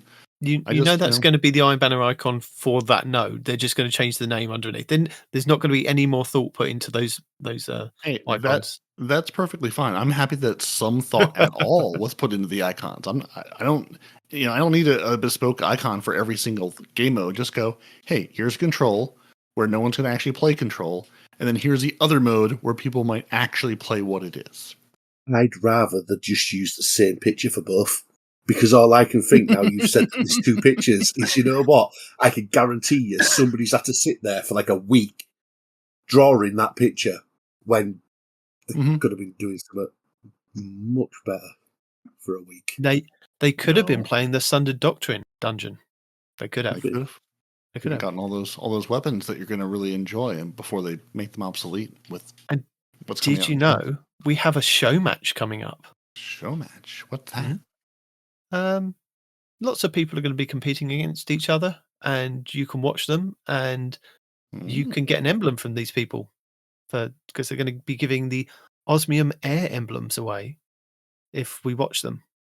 And there's going to be some finals that will be happening on the 25th of February, so that's reset day at 9 a.m. PDT or PT. So like tomorrow, as you hear this, assuming you're listening to it on the And- Monday, and if you're listening to it after the Monday, then you've missed it. And no, you haven't missed it. No, because it's running until the 4th of March, 9 a.m. PT. Oh, And each fire team will get the opportunity to run through the Sundered Doctrine as quickly as they can, with as many attempts as they want during the nominated 2-hour time slot. And the winning team will receive $1,000 worth of Twitch subs each, as well as a full set of Sundered Doctrine Bungie reward items. Now, I do believe they did tell us about this a couple of weeks back, and we've got a USA team hosted by CB Gray and Evan F. So again, that's going to be you've got Team 1, Team 2, and Team 3. So you've got Defizzle, Danfinity, and Malachi, I believe, in Team 1. Zavala, Calavazir, and Sammy Cat in Team 2. That's Calaverse. Okay, Calaverse. All I'm saying is Zavala needs to be really careful, because if he ain't got a ghost no more to resurrect him. No, this is Zavala. Yeah, Different this is Zavala. Yeah. So The True Vanguard, a Platypus, an Eye Shield Maiden in Team 3. UK, the host is going to be Grandad Gaming. Team 1 is going to be. You guys have a team. Congratulations. No, we've got three. We've got 3 teams. Oh, we've got Bob. I was going to ask if you remembered you existed. Nerdy Netty and Banjo Benji. Team 2 is Bonafide Hero, Shriek, Sheik. That's Destiny Fun Police. Destiny Fun Police. Yeah, and Pinge. So you're telling me he plays PvE now? He does, yeah. And Team 3 is going to be Benny, Laz, and Pantho. And then France, you've got the host of Merge 1. Team 1 is going to be Wise Thug, Gujondo, Sienna. Team 2 is Z-Wave, Marston, Tama Uzagi. Team 3 is Linkcat, Insanity, Archie, and Calcia. Yeah. Germany, you've got the host of. And this is the point where Demon says, "Why did I decide to read all these names?" Yeah, I got that. Yeah. Because it's still going. It's going again. I fall into this trap every so often. Every time. It's funny every time, though. I'm not going to lie. Like, as a listener, I always have a little giggle to myself. This is actually our peak show content. It's not the information. It's trying to figure out how to pronounce some of these names that if you heard them, it would be very clear. But to read them without context on the screen, you're going, this could be about 7 different pronunciations. Let's go with this one. So carry on. Germany has got the host of Ellie Knightrine. Team 1 is Sokora, Miftika, and Sebo. Team 2, Krogman, Hallucinus, and Hasselnews. There you go. Ed Live. Team 3 is Nexius Gaming, Synchro, and iPhil _ Australia, New Zealand. Australia, New Zealand is hosted by Alpha Wolf Paw and Private Pancake. I guess that's Pancake. Team 1 is Butler, Ziggy D, and Rin Vixen. Team 2 is Tyrax, Kimber Prime. That's Butters. I don't know where the L came from, but that's Butters, Ziggy D, and Rin Vixen. I'm just saying. I mean, you're the one who decided to read all the names. I know. We have to read the names as they appear, though. We can't add extra letters because Butlers is a different guy than Butters. Did I say Butlers? Sorry. Tyrax is Team 2, Kimber Prime, and it's Chantel. Is it? It possibly is Chantel. Chantal. Hard to say. Yeah. Team 3, that Fletch guy, QWERTY, and Wolfbite. Italy, Italy doesn't get a host, but you get Team 1, Agony FPS, Sweat Monster, and Wait. what? Those are sweet, Sweet. monster. Those are too Sweet. easy. Sorry, Sweet Monster. Again, See, sweat monster, different person entirely. Could be a sweat monster. He could be a sweaty sweet monster. Oh, yeah. Would we help I him wasn't out? the- Yes. Are we So- going to I help wasn't- him out? So Absolutely not. requesting this.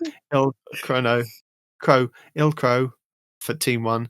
Team 2, Giornoge Gaming. Giorno Gaming. It's not delivery. It's DiGiorno Gaming. There you go. The Z-Raptor and Seraph FPS. Team 3, Rewind 96, Luga 96, and Simply Zio. Simply Zio should have been 96. It had a whole theme going. You Yeah. almost got there. A little Latin disappointed. America Mhm. is okay. Right. Host is LTO Toland.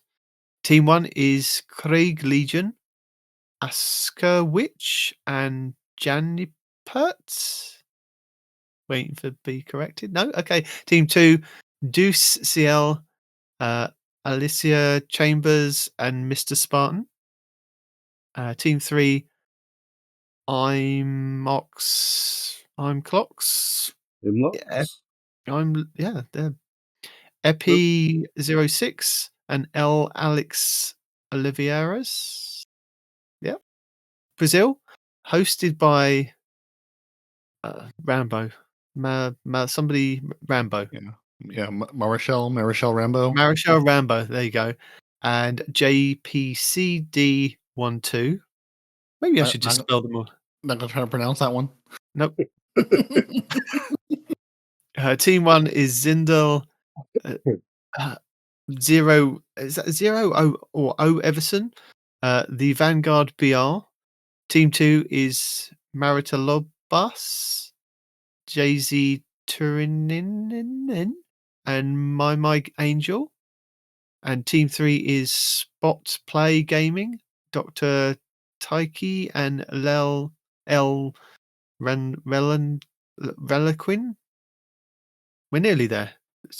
I'll put timestamps in so you can bypass all this if you like. Spain. Or just listen to it over and over again. I'm going to listen to this again on purpose. Spain. Team 1 is Patri 19, Legion Luteran Pobarello Co. Team 2 is Colossus with a K, Ryusuri, Andro 4Play. And Team 3 is Daikoira plus 2 community members. Well, there you go. Saved you on that one. Yeah. Middle East is Special Hero Quertazar and El Revance. Nordics, Team 1 is Ice Cream Queen, Asda Cross, and Crispy Chicken. Team 2 is Yellow Lights plus 2 community members. And finally, this is the end of it, Poland with Kubat Key 08, Key GK, and Bodizo 2. Yeah. Right. Where's Respawn? Where's Respawn? Get Noble. You're the stand-in, Respawn. There's some D2 fashion feedback because it never stops. So, if you ever thought about turning your Titan into a geometric puzzle, then this is your week. We've got a fresh batch of themes for this week's Fashion Bowl. And there are some interesting ones, not trying to sway the vote, but geometric puzzle really stood out. But if puzzles aren't your jam, we've got plenty of themes to consider. Heist crew, maybe, Japanese tattoo. Make sure to hashtag D2 Fashion Feedback and let us know what you think. So you got themes and descriptions. Trying to make sure I can read now after Mocking Demon. For the Heist crew, you've got a concept collection where each class represents a different member of a heist crew. Infiltrator, device, muscle, hacker. Each armor has something iconic and matching that ties the visuals together, like heist masks or other criminal calling card. Geometric puzzle.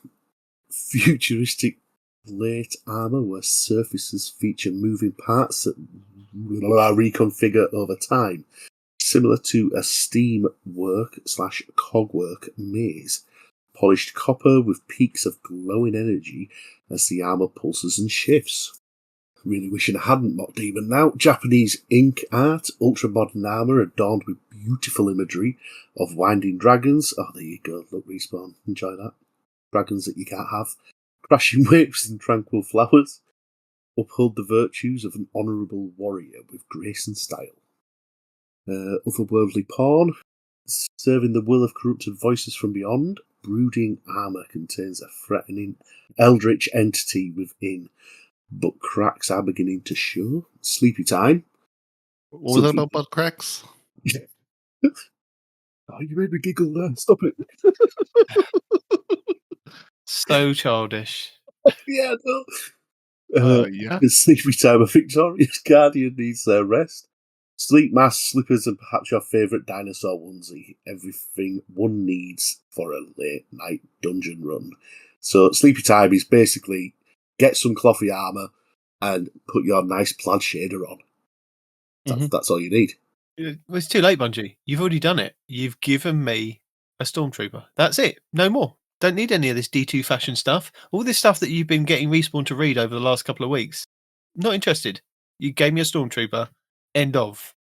Give us a Stormtrooper for us to ignore, and the only people that are excited about it are nerds. Yeah. Star Trek's better. I'm not disputing. Look, I'm not getting into an argument about Star Trek and Star Wars. We can love them equally. No, we can't. We can. There's always a favourite child, and it's always going to be Star Trek. I would like Sleepy Time armor that gives the Titan some actual fabric. So when I put my Highlander shader on and I'm trying to make the Titan have pajamas, he actually has pajamas like the Warlock has. Warlock, peak pajamas. Titan, not pajamas. That Peroty, is why you struggle to sleep on a night. It's because you're a Titan. If you'd have made 100%. a Warlock, you'd have been alright. Well, I've got a Warlock. He doesn't get nearly enough attention. That's my point. Unless he can't sleep. We figured it out. Warlock more. Crack the code. Am I reading the next bit as well, yeah? Yeah, you might as well carry on until it gets to Parody's bit. Okay, show us your Heresy fashion. Alright, Guardians, it's that time again. Put on your favourite get-up and show us your best fashion statements. D2 Heresy fashion is here. And we have some rules for everyone looking to earn our very rare, very exclusive, very cool Felis Galaxies and the Levante prize emblems. Yeah, both of them again. Themes, Hive, Dread and Darkness powers in a broad way, not only Stasis and Strand. Colours, use green, brown or yellow as your main colours, but others can be there too, so basically Hunters you're not allowed to play. Background corners where the Hive thrives. Fire team size, up to 3 Guardians per submission. No more than 3 submissions per team. Focus on just a handful of great ones. Gather with your friends and plan what to wear. We will pick winners and share them on our social media channels and on the next few twids. You have until March the 6th to amaze us with your style. There you go. Hunters, you're not allowed to play because you've got to use green, brown or yellow, and you guys can only use black. That's part of the law. No playing for Hunters. Another thing I will go, oh, that sounds neat, and then totally forget exists and not even try to do. Yep. Like every other fashion contest ever. So now I'm back to save Demon from having to read about what's broken and what's fixed. You are indeed. Now I'm going to pay real close attention again to see if we can mock Peroty over his speech. Oh, 100%, without fail. So we have a Sundered Doctrine contest mode whoopsie-doo makeup, because there was a contest mode, guys.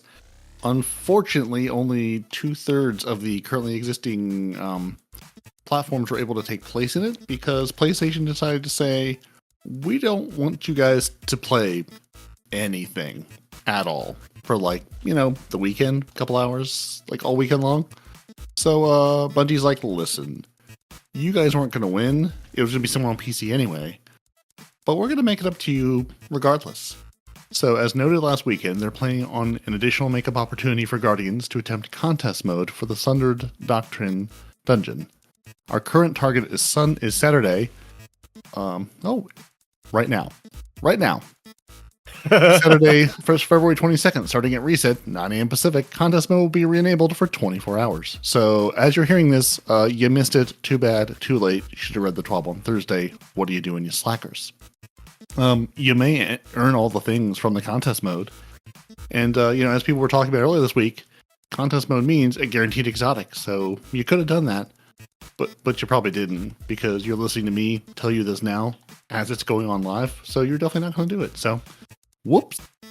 Finalities Augur had a drop issue. It's very hard to handle. It gets very slippery when wet. After an investigation, we discovered the Finalities Augur, the exotic randomly rewarded at the end of the Sundered Doctrine dungeon, was not dropping as expected outside of contest mode. So on February 14th, we deployed a hotfix to enable the Finalities Augur to drop with the Sundered Doctrine as intended, with an extra period.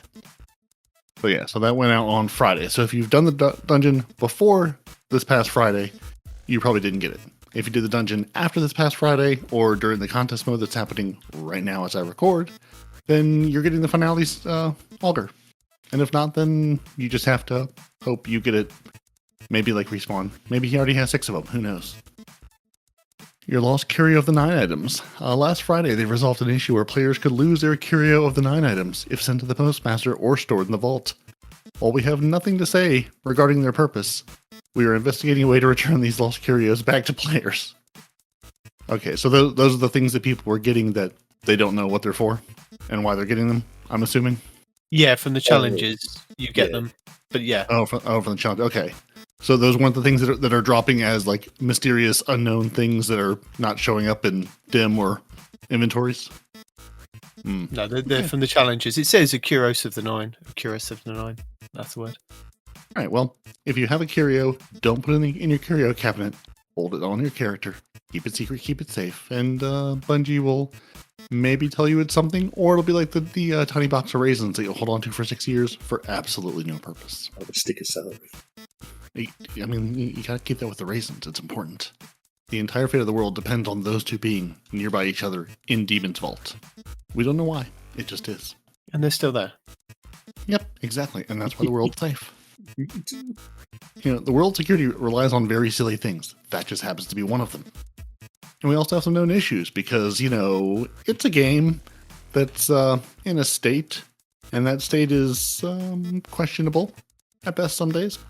So the hunter aspect, Ascension, drains all super energy if used while in a roaming super, which I'm guessing is not the way that's supposed to work. So yeah, don't use Ascension. You can't ascend hunters. It's not for you. The Titan aspect, Storm's Keep, does not synergize with the Arbor Warden. And as previously discussed, that's the exotic that I'm sure 2 people use that allow you to throw your barricade like a grenade, and then the barricade spawns somewhere else in the distance. Where that, thrown grenade lands. But it wasn't working because they forgot that existed, so they forgot to make it work.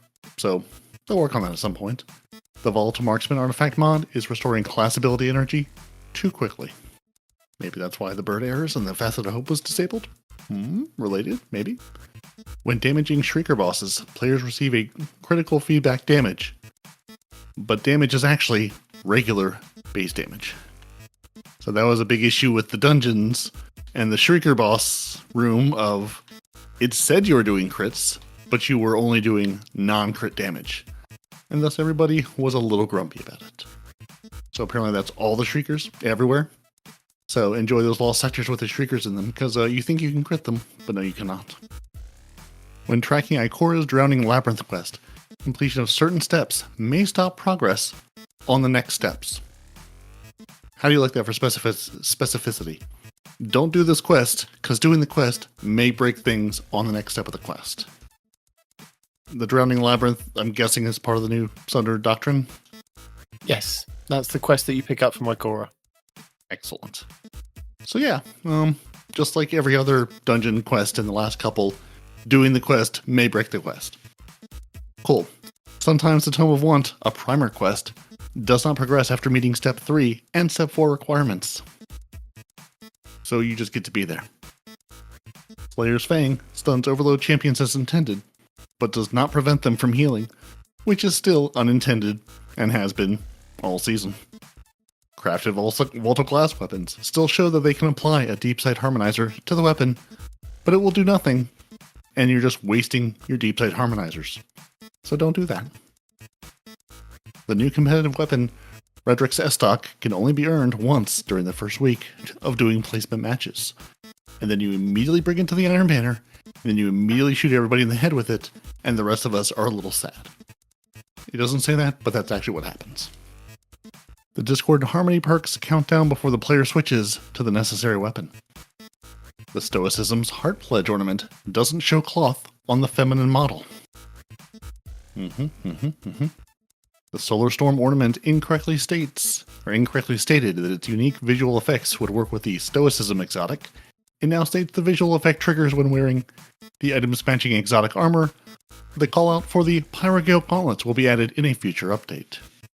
So yeah, you can't put the Pyrogale gauntlet ornament on your exotic butt cape. It's not the same thing, and they'll tell you it's for the Pyrogales later. The Warlock Plaguebreaker leg armor sometimes clips through the character's legs. See, Warlocks can't even have good legs.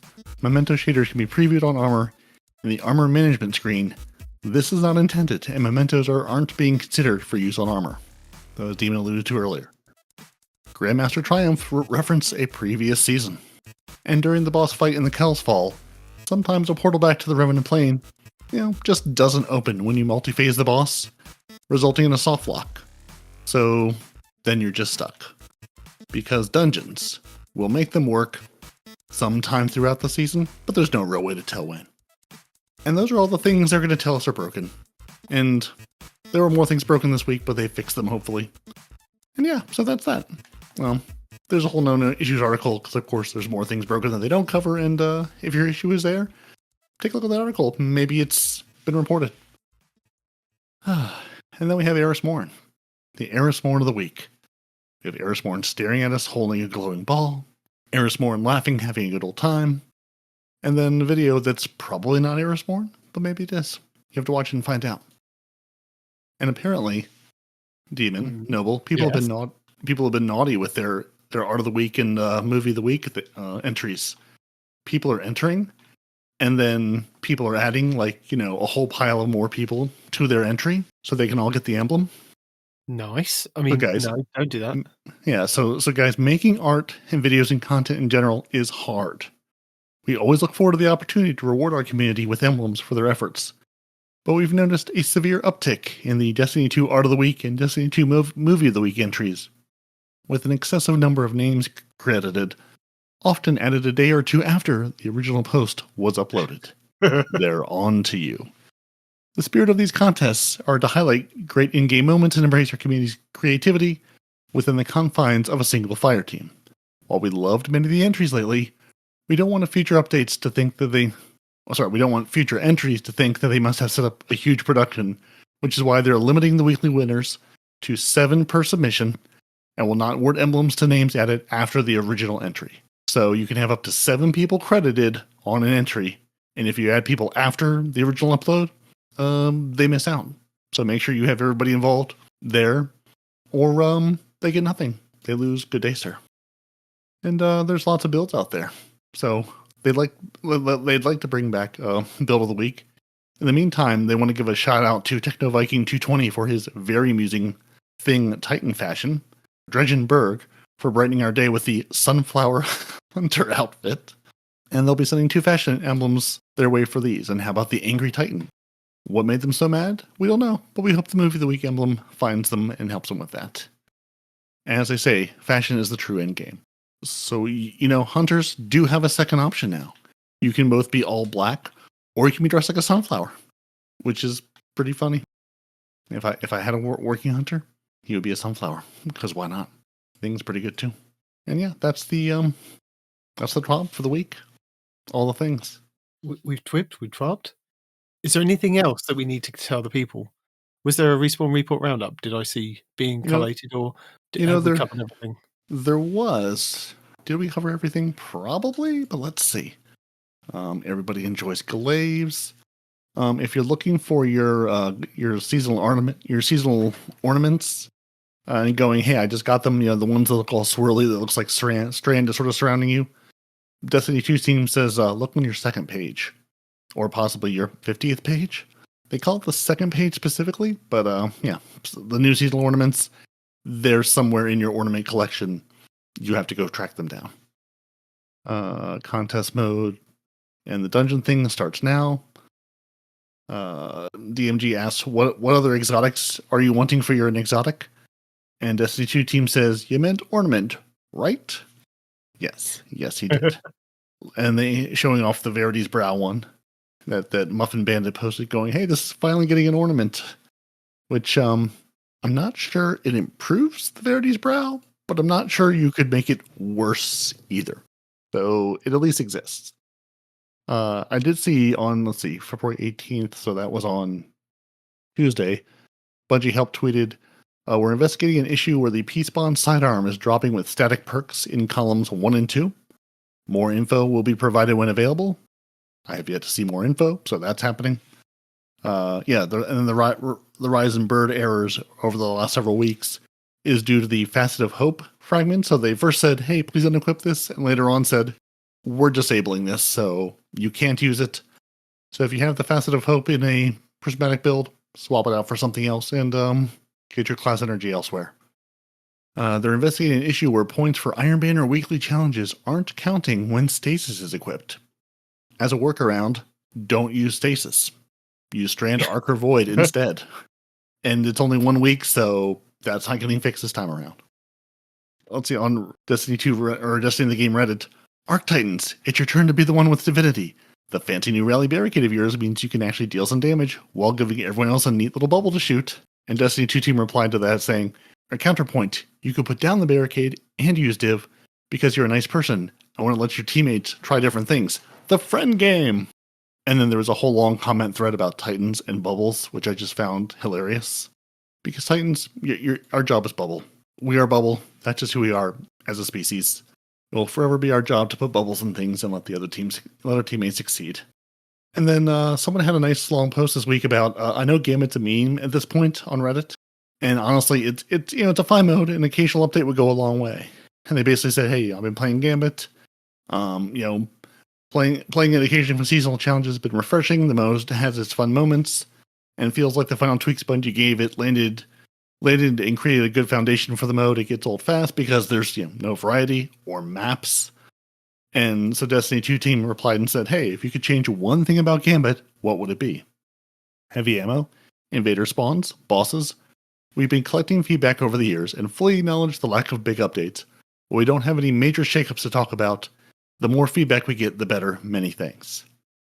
So other than bring back Gambit Prime and more maps, which is kind of the consensus in the comment thread that I saw at that point, and also sort of my consensus, what would bring some of you back to Gambit, and for those of you who are Gambit enjoyers, what would make the experience better? If you could sit down with Bungie or DMG and say, hey, here's the 1 or 2 or 3 things Gambit could really use. Is it just Gambit Prime and more maps? Or is there something else you're going, this would really bring me back? I will be the respawn and say, loot. Give me loot. Put more stuff in there that gives me a reason to go play it. Less heavy ammo. Yeah, make everybody work for it. Yeah. Make people's builds actually be, more builds. Like giving people a heavy ammo box stops people from having to have, heavy ammo finder on their helmet and stuff like that. So you open it up for expansion into, getting you super quicker because you can put siphons there instead of heavy ammo. Make it be a choice. Yeah, make there be some balance other than just a race to have the most heavy. Yeah. Yeah, it's just, I've got heavy and I've got this broken weapon, therefore, haha, we win. Less heavy ammo would be brilliant.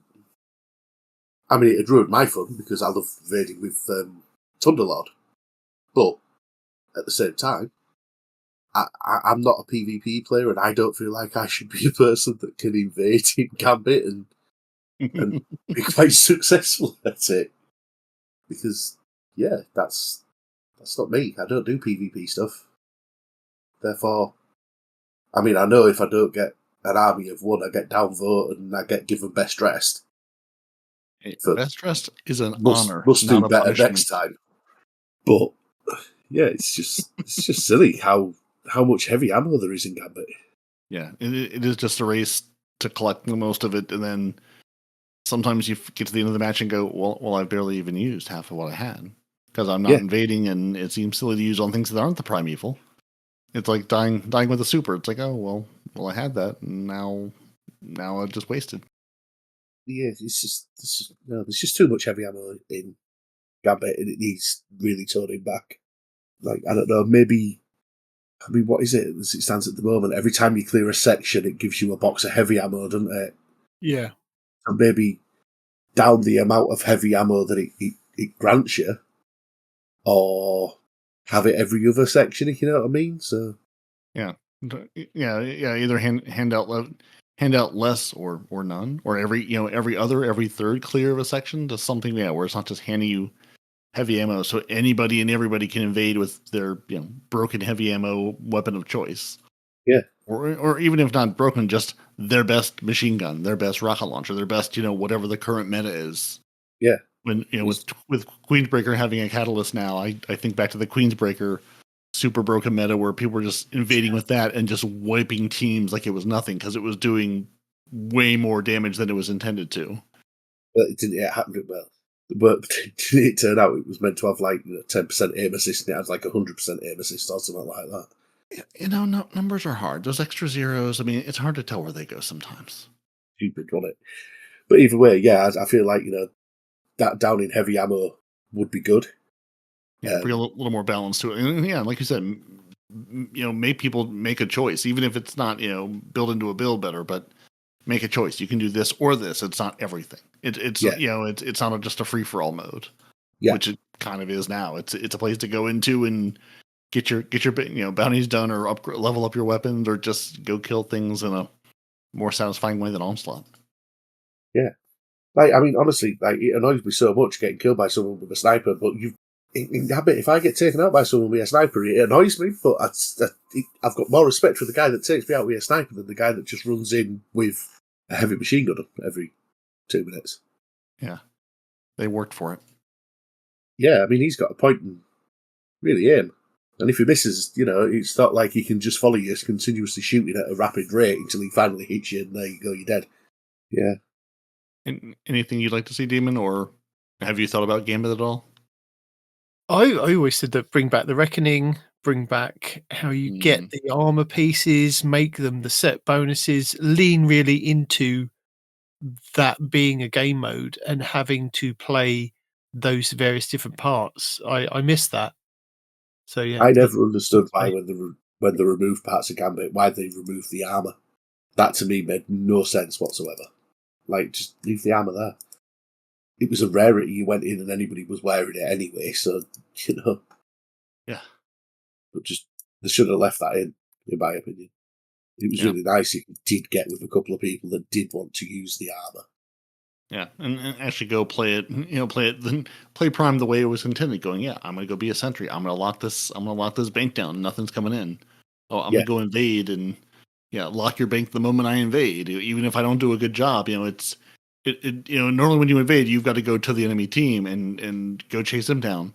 I gave you an opportunity to go invade. It would lock the bank immediately, and you could go, well, I'm gonna hang out over here in the corner. I'm gonna go, take my pot shots or roam around the map a little bit and play a little game of keep away, because even if I'm not actively killing you, you also can't bank right now. So I'm giving my team just a free pass to go bank and either to catch up or to get the primeval out or just to overwhelm your side before you can do anything about it. Just change the dynamic where it's now it's not any it's something I play a lot, but it's not like I'm good at it or care about or think about my strats. I'm like, I'll just go in with whatever because it just doesn't matter. I'd love to see it just get some love and get some extra maps and bring us back Gambit Prime Reckoning. The game is Reckoning they took out because they're like, oh, the power creep, and that's why all the bosses stomped you off the bridge because you would throw down a well and just stand and deliver. We've power crept, I feel like, so much past that now. Just bring, you could bring it back in the state it was, and it would be fine. It would still be good, There's, I don't know. The game's in a very different place, and our abilities are in a very different place now. But that's just me waxing poetic about Gambit because I saw a nice little post about it, and if there's a post about Gambit, we slide into the show. Whoop. So, Demon, I know you have no videos this week because you've Apart been from the on ones lovely we've mentioned, yeah. Yep. I'm going to throw a couple in double. I don't know if you have any you want to toss in. Oh wait, who am I asking? Who am I adding? Does Noble have videos? Noble doesn't watch videos. Noble reads things. So if you have any performative dance explanations or articles about people's videos, I or thought words, you were going to open the floor up to other people. So if anybody else, any of the listeners, think that somebody is worth kind of shouting out on the show and say, look at their stuff, they do really well. People that we don't mention, because we can't look at everything on the internet, or something that somebody's done that's really good that helps the rest of the community. Let us know. Email the show. Tell us where we've missed this person for all this time. Yeah, we've got email, we've got comments on the YouTube videos. We have a Discord. Reach out to us and go, hey, this person's doing cool stuff. This person's making silly builds. This person's getting out of the map and doing fun stuff. Yeah, like I try to go peruse and like hit that like new to me YouTube thing periodically just to see who's out there doing stuff.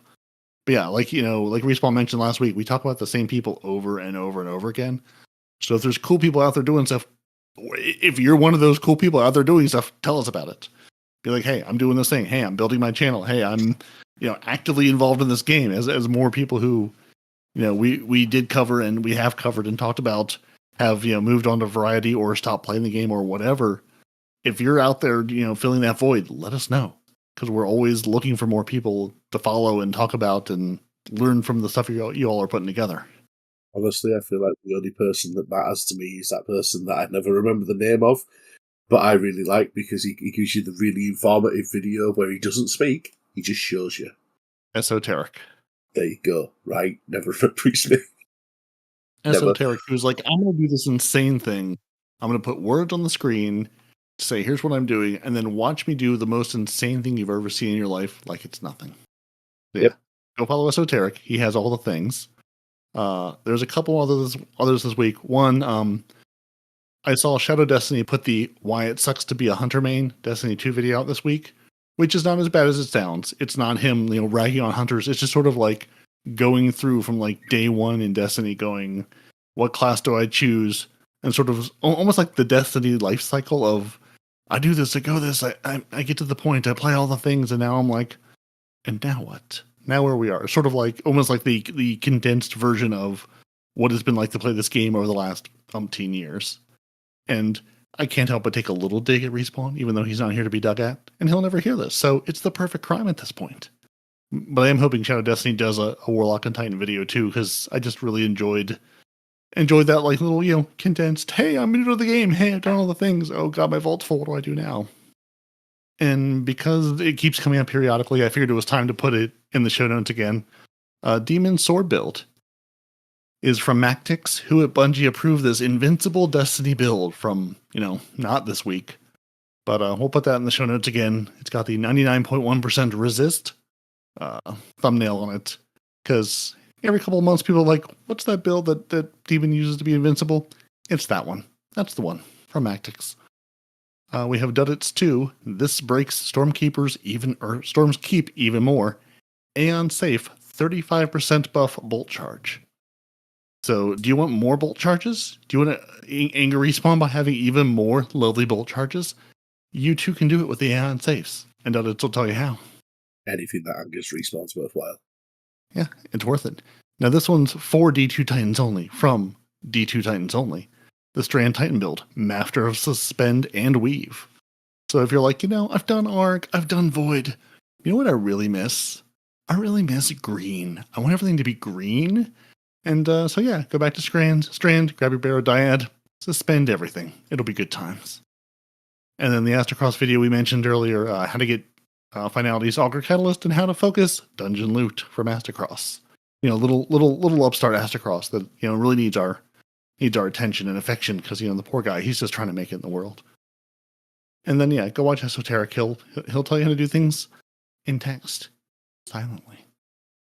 It's really nice if you're not a person that likes to listen to people talk all the time, which is really obscure because I listen to you guys talk all the time.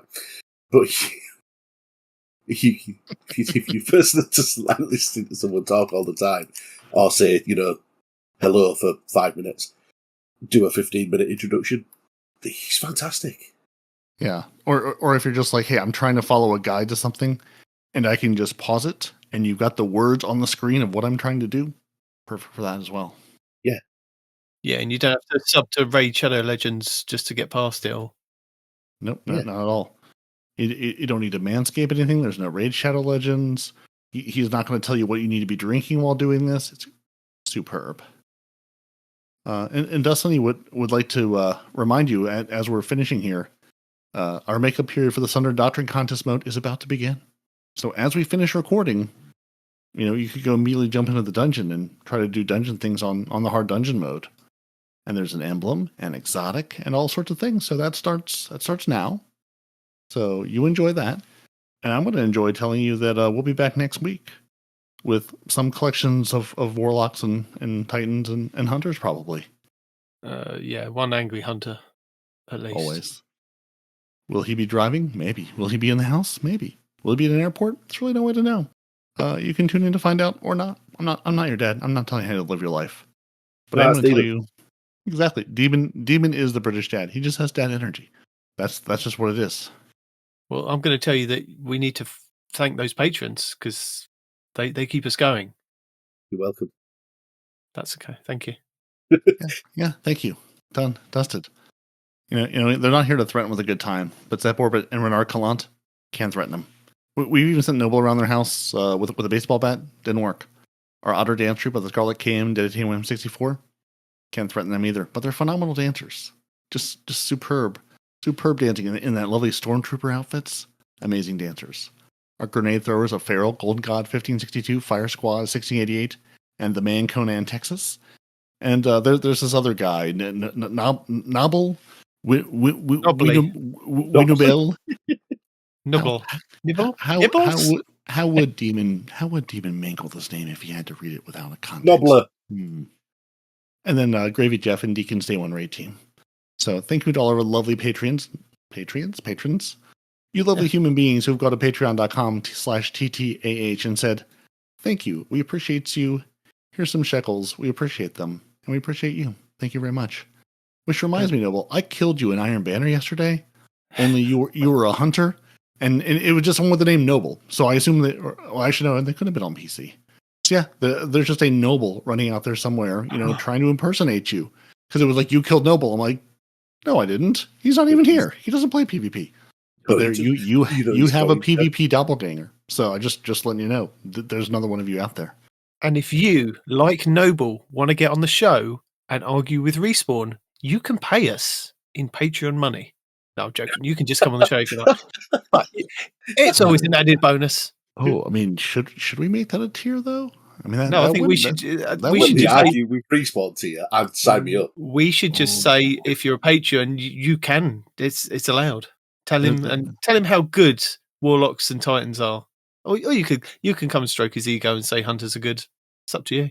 Please don't stroke his ego. Nobody stroke his ego. He doesn't need it. No. You can 1v1 him in PvP or 1v1 him verbally. And we'll just sit back and laugh and enjoy the show. Yeah. And now you've sat back. Hopefully you've laughed and you've enjoyed this show. So thank you for joining us. Your Titans, your Peroty, Nitedemon, and Noble. Your hunter on the road is no one respawn to real life. You should find us on YouTube. Just go there.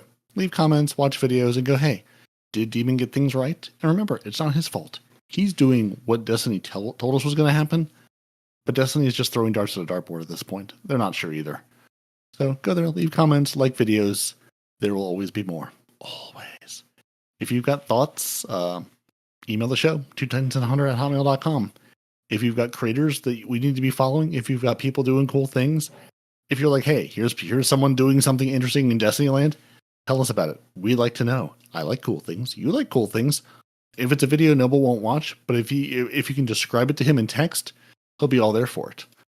You can go to 2titansandahunter.com. You can find all the show notes for this video, all these videos that we've linked to, all the stuff we talk about, all the cool things that we find that people send us are there in the show notes. So then you can find them too.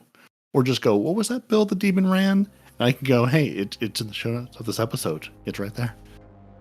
And if you want to be a patron, patreon.com/TTH. You can verbally spar or 1v1 respawn. He's real quick to 1v1 people, so he loves that. He enjoys the thrill of the hunt. You can go to coffee.com/2titans and a hunter if you want to just, buy Demon some coffee or tea, but it's not tea.com. It's ko-fi.com. And when he's not on the road, twitch.tv/no-one-respawns in real life, you too can talk to him mid-show and disrupt him, and he'll talk to you, forgetting that he's on a podcast entirely. It's great fun. And if you go to twitch.tv/2titans and a hunter, sometimes things happen there. But really, you should go there, hit the bell, follow, and then you'll know when things happen. Until next week, my British friends, tell the people goodbye. Cheerio. Tally-ho. What? What? Perfect. Yeah.